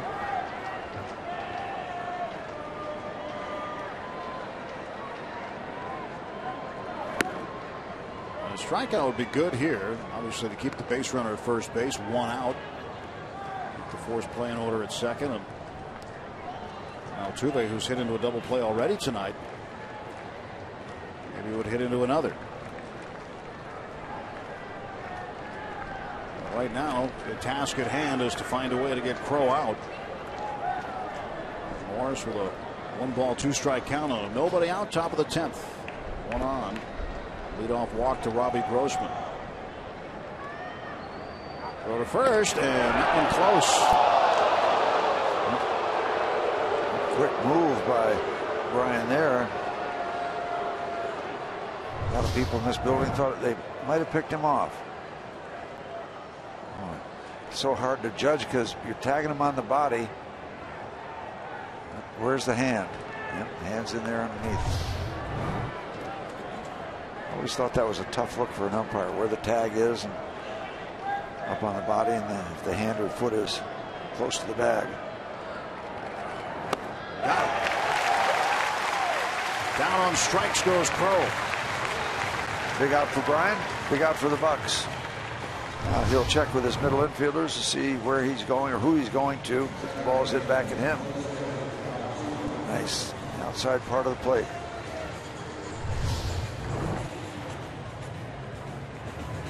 Here is Altuve. A couple of hits tonight for the second baseman. 3-hit night for him.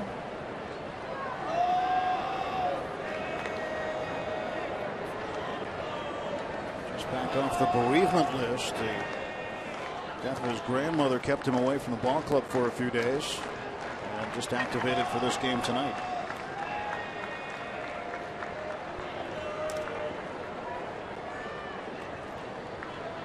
One out and 1 on in the 10th. And the pitch coming to Jose Altuve. That's in for a strike. Good pitch by Morris.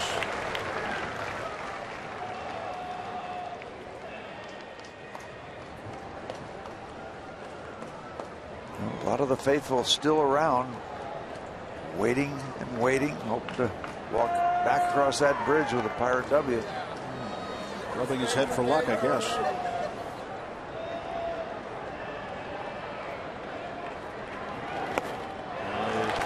Half-hearted swing there. That's strike 2. Yep, right in the middle of that swing, realizing it was a bad decision. Tried to stop it, but he couldn't. He didn't want to go chasing those kind of pitches, but he did. Once you commit, it's hard to stop. It is. And now we'll see if we can get Brian to stay out of the strike zone, but close enough to tease Mr. Altuve.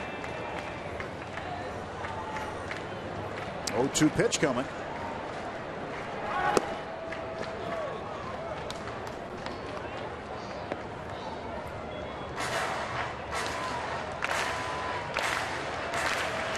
Altuve looking down at Dave Tremblay at third.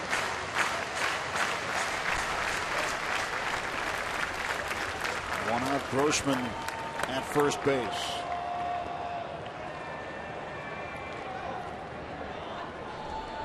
Look at Brian Morris. Go to first and Grossman back. Grossman's got it measured. He's got just the distance where he won't get thrown out unless he gets caught leaning just a little too much.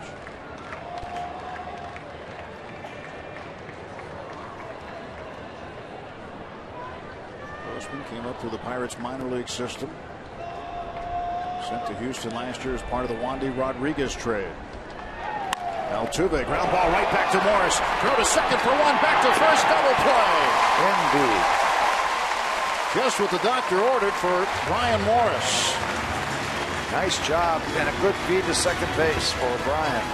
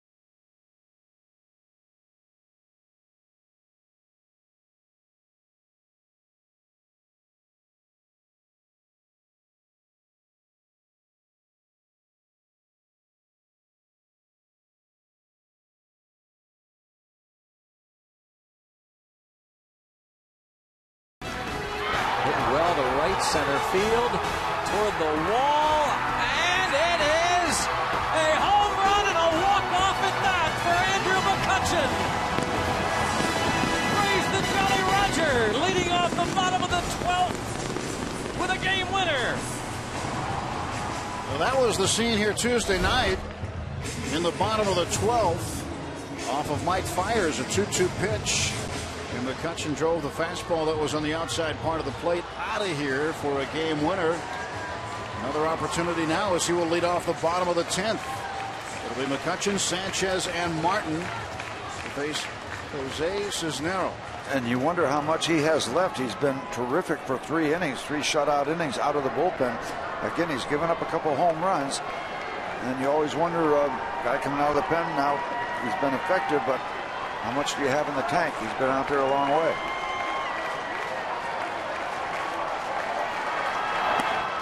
Strike one to McCutchen. Locked him up. Punch 2 for 3. Pair of doubles. Trying to make this pretty night in Pittsburgh even better. 1 ball and 1 strike.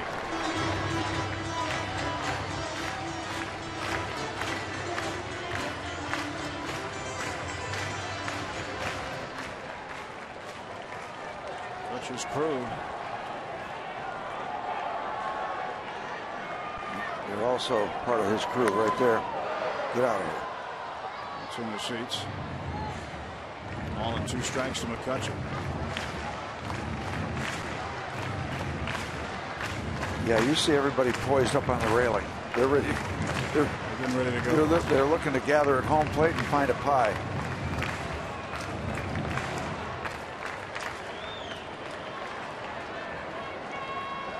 Ball and 2 strikes to Andrew McCutchen.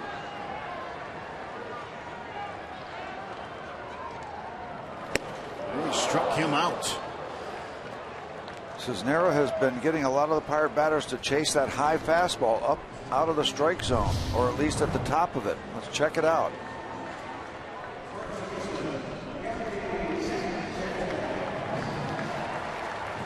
Strikeout number 5.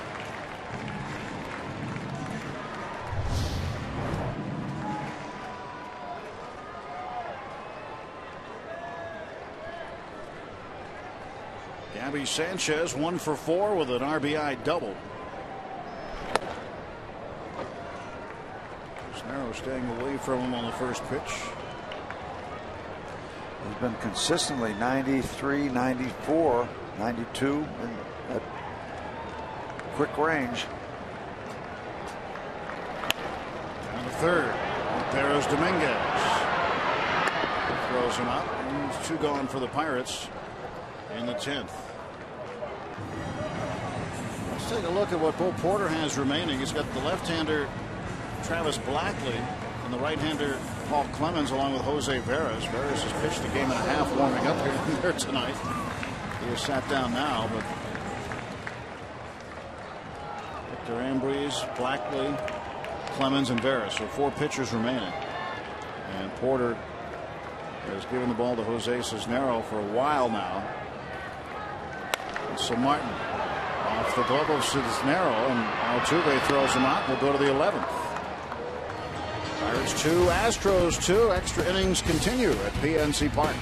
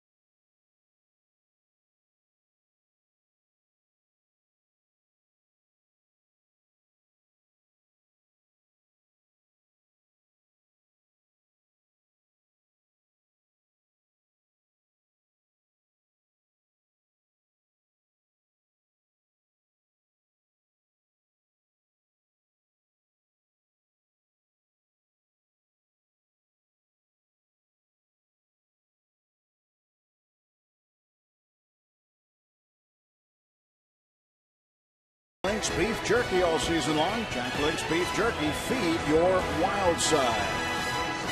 With Robbie and Smikowski and Steve Blass, I'm Tim Neverett. Bonus baseball tonight. We'll go to the top of the 11th. Pirates 2, Astros 2. Ryan Morris remains on, and he will face the middle part of the order for the Astros. Jason Castro, Chris Carter, and Carlos Pena. The Pirates had a good part of the order up. McCutchen, Sanchez, Martin, and they went down in order in the bottom of the 10th inning. The Bucks offensively unable to get anything done. They'll have to try it again in the bottom of the 11th inning while Morris tries to hang another 0 against the Astros. Andrew McCutchen been here before, but the games during this homestand, we've already seen one 12-inning game that McCutchen ended on Tuesday, and the Pirates playing in just their second extra inning game of the season tonight.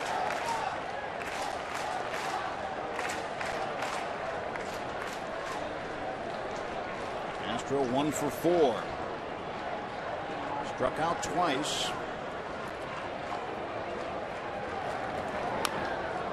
Strike 1 to Castro. And you look at the psychological part of that coming into the series, again, a lot of people with the perception of this is going to be easy for the Bucks, perhaps, unless you know a lot about baseball. And then, but from the Astros standpoint, how hard do they have to work to get a win? You know, you look at this thing from both sides.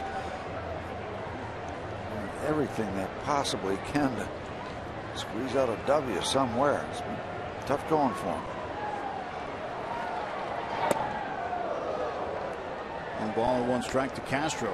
This has been a grinded out kind of game. Pirates scored in the bottom of the first inning. McCutchen and Sanchez with 2 outs, back-to-back doubles. Scoring McCutchen. Sanchez with his 17th run batted in. How big are those 2 strikeouts by A.J. Burnett in the top of the first with the bases loaded? Yep, he left the bases loaded for Houston in the top. They didn't get anything out of it. And it was tied at 1 in the 5th inning when Marwin Gonzalez singled and scored on Altuve's base hit. Pirates went up in the 6th, 2-1. McCutchen a double. Inge got him in with a base hit with 2 outs. And then in the 8th inning, Mark Melancon, a rare mishap, gave up a run on 3 hits. This one hit to center field and deep, going back McCutchen. McCutchen looks up and it is off the top of the wall.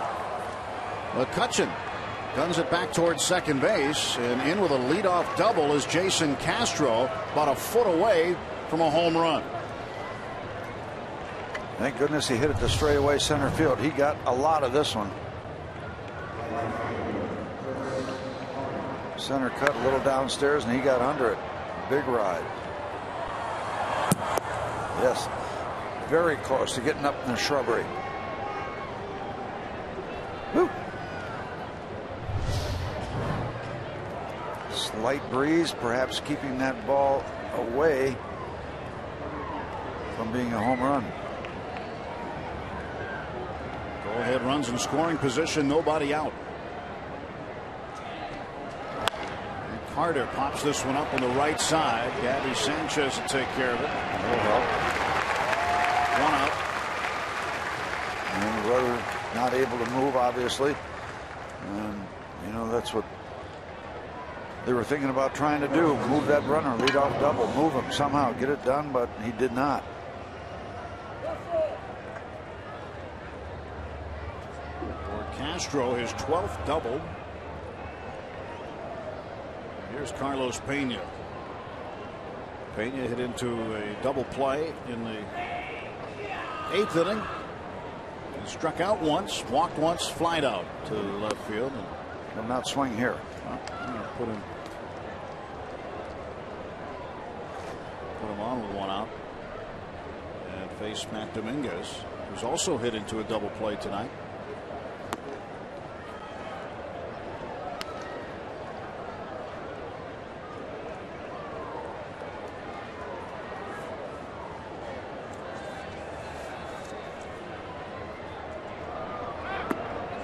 There's the 3rd wide one.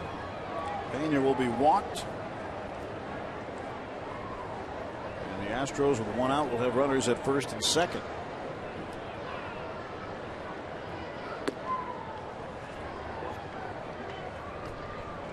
Well, Steve, question for you comes from the Twitter world. Last night was a strange game, Steve. What was the strangest game you played in? Game 7 of the World Series. Strange games. Wow, that's an interesting category. I'm going to have to give that a little thought. Good question. Yeah. Get the memory banks working. You see so many odd things in this game sometimes. Sometimes you go for a while, you don't see something that's very odd. Last night you saw it. Matt Dominguez 1 out, first and second. Swing and miss.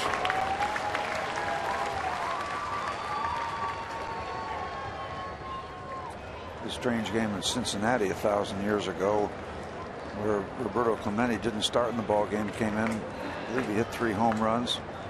It was the same night that there was a terrace at Crosley Field, and Willie Stargell went under an easy pop fly, fell down on the terrace, and the ball fell right beside him as he's sitting down. This one gets past Russell Martin, and the runners move up, and now 2 men in scoring position on a wild pitch by Brian Morris.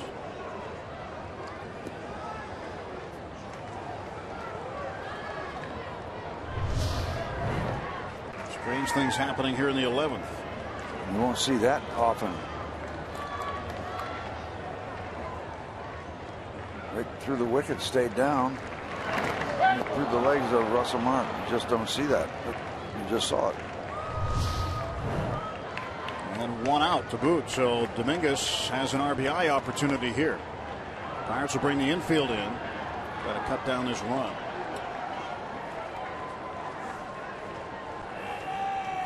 On 1 pitch. Bouncer past third for a strike.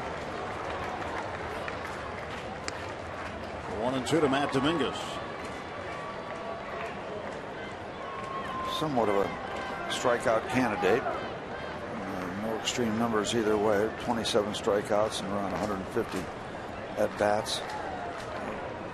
That's pretty good contact numbers, actually.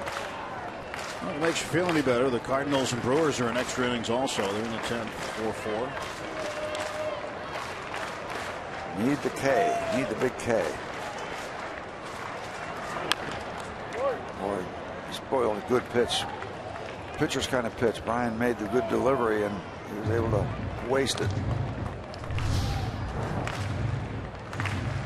Down and away. Can't take the pitch, but can't do much with it, but kept the at bat alive.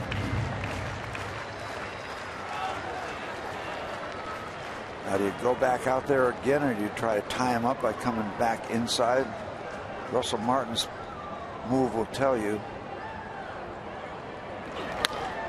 Ground ball to Walker. He comes to the plate. Martin with the tag. Oh, he called him safe. And the Astros take the lead 3-2. And out comes Clint Hurdle to argue with C.B. Buckner. Russell Martin is beside himself. And so is Clint Hurdle.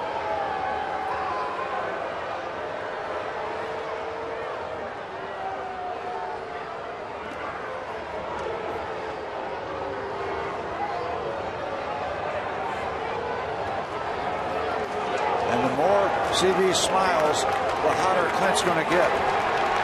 He's going to toss him.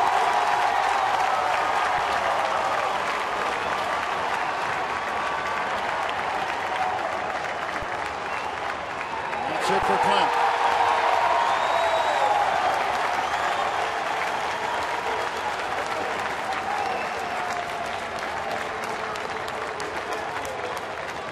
Astros scores from third on the fielder's choice. Dominguez with a run batted in. And it's a 1-run Astros lead in the top of the 11th inning. And Hurdle ejected. And we will get a look at the play now.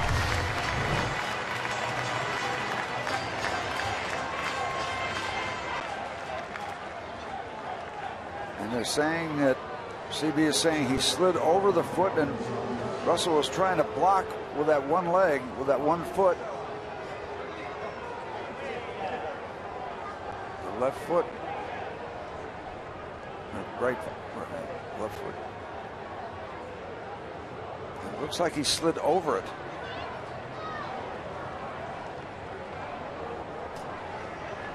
Looks like he was safe.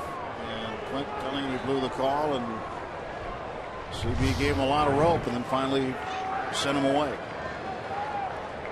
1 out, and the Astros now in front, 3-2.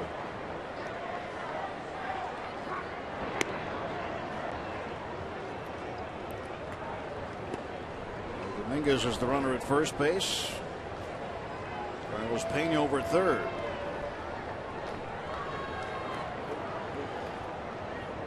And Hurdle ejected for the 2nd time this season. And it did appear he got his foot over Russell's in time to score. Squeeze is on, and that is a foul ball. Houston trying to add on with a squeeze play. See if we can see anything else on this play at home plate. The long version, you see the foot out, and you see that his foot comes right straight over Russell's.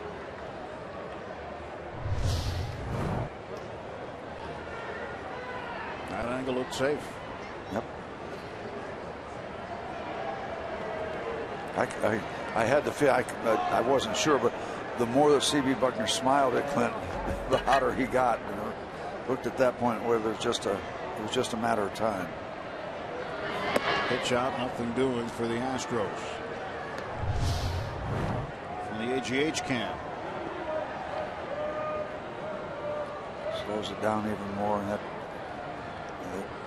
continues to verify.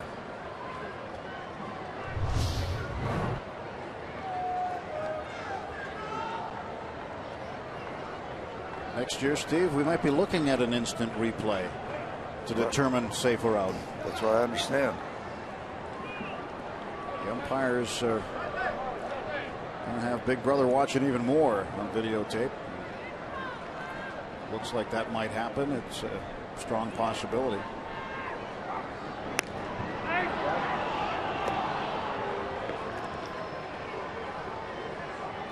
One of the schools of thought with the instant replay next year is, do they have a replay official at every game, a replay umpire basically at every game to help make calls from upstairs, or do they have a central viewing area like they do in the National Hockey League, where they have a room in Toronto where they look at this stuff? And there might have been a mix up in signals there as Pena was breaking to the plate as though there were a squeeze on, and Gonzalez swung full.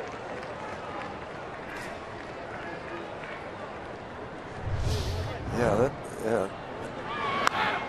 that doesn't make any sense. Somebody missed something. Yeah, that could be a little unnerving for the base runner.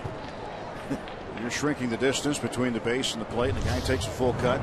You don't have any reaction time if that ball's hit at you. Ball and 2 strikes to Marwin Gonzalez.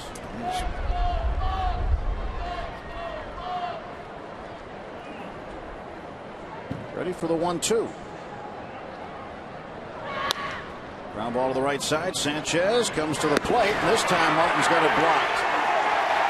And Pena is out.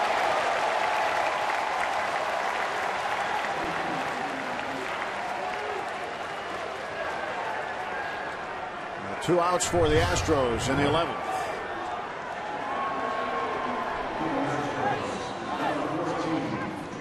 Damage control. Keep it this way. Give yourself a chance.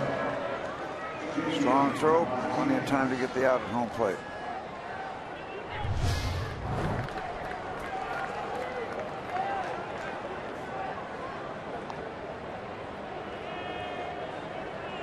J.D. Martinez off the bench to pinch hit.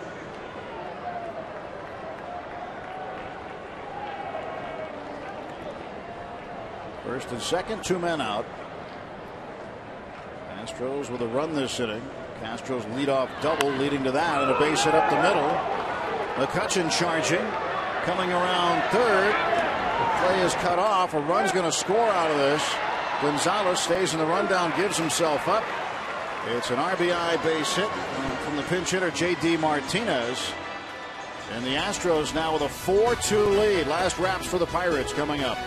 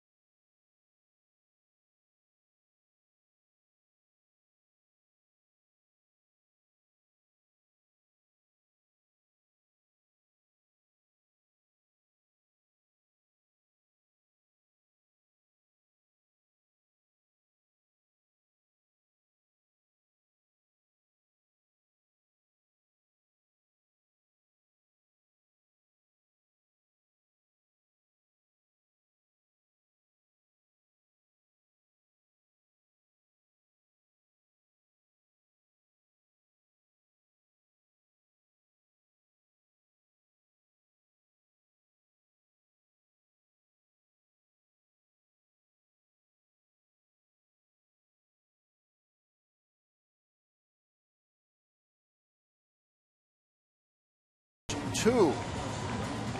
And the Pirates facing their former teammate Jose Veras. Veras trying to close this one out. He's got 5 saves and 7 opportunities this year. And J.D. Martinez will remain in the game defensively for Houston after getting a pinch hit single to provide a little bit of insurance for the Astros. Former Bucco, Jose Veras. So Grossman will go over to left field from center field. And now in center field, Brandon Barnes is in center.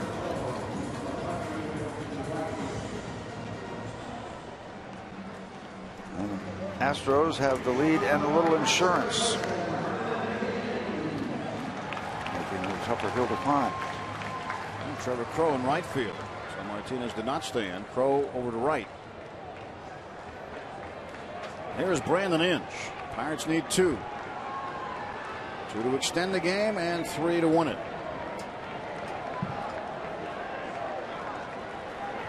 Outside ball 1. And so far the story and the hero for the Astros, Jose Cisnero. 3 2/3 scoreless. He is the pitcher of record. Pretty good. A couple of hits, 5 walkouts. No free passes. That's some serious bullpen work. Strike call to Inge. Inge has 2 hits tonight, 2 for 4 with an RBI.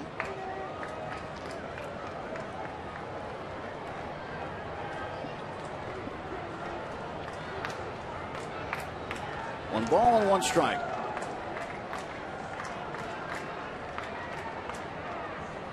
And Veras pitch.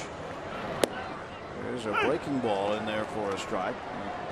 One thing we saw a lot of out of Jose Veras when he was with the Pirates, he would use that good breaking pitch to start right-handed hitters off, and he did it often. He'd get that first strike in there and get ahead. It's a nice separation, too, between 92 miles an hour and 75 miles an hour. And Veras 1-2 delivery. Inside. 2-2. That ball almost hit Brandon. That breaking ball that stayed in. Strange deal with the catcher. You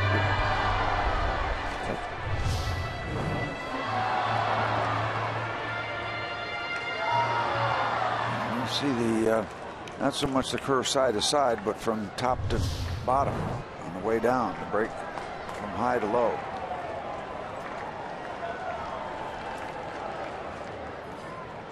Two balls, 2 strikes to Brandon Inge. And Veras set at the belt. Now the pitch. High, 3-2. Base runners, plural.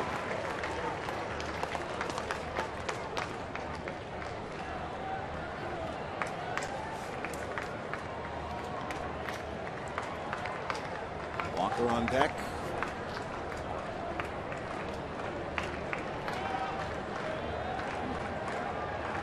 Three-two pitch. Struck him out. 1 gone for the Pirates in the 11th. High heat. We've seen a lot of swings and misses at high heat tonight from the Pirates.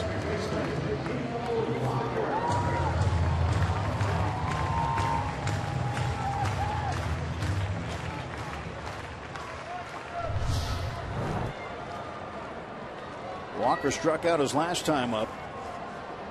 He is 0 for 4 tonight.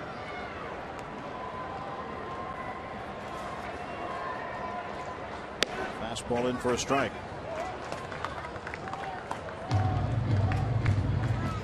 Astros have won 11 games. Veras has saved 5 of them.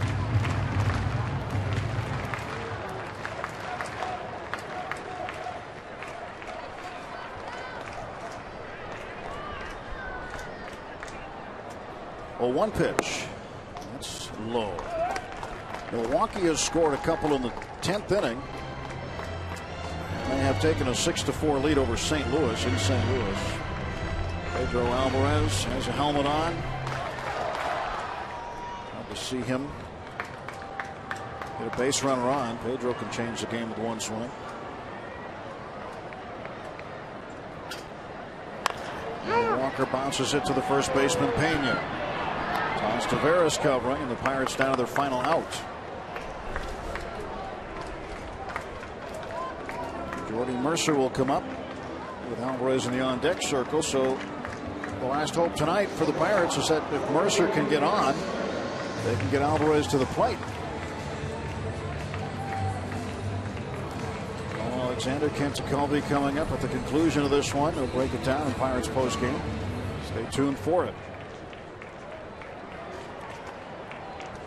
Jordy's 1 for 4 tonight. Had a single in the 5th. Well, the Pirates had a great opportunity in this game in the 7th inning with the bases loaded.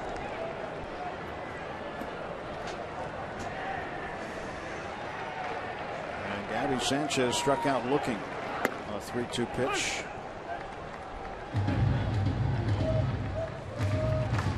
2 on and 1 out. And Snyder got him over but couldn't get him in. 0-1 to Mercer. And Jordy takes outside, a ball and a strike.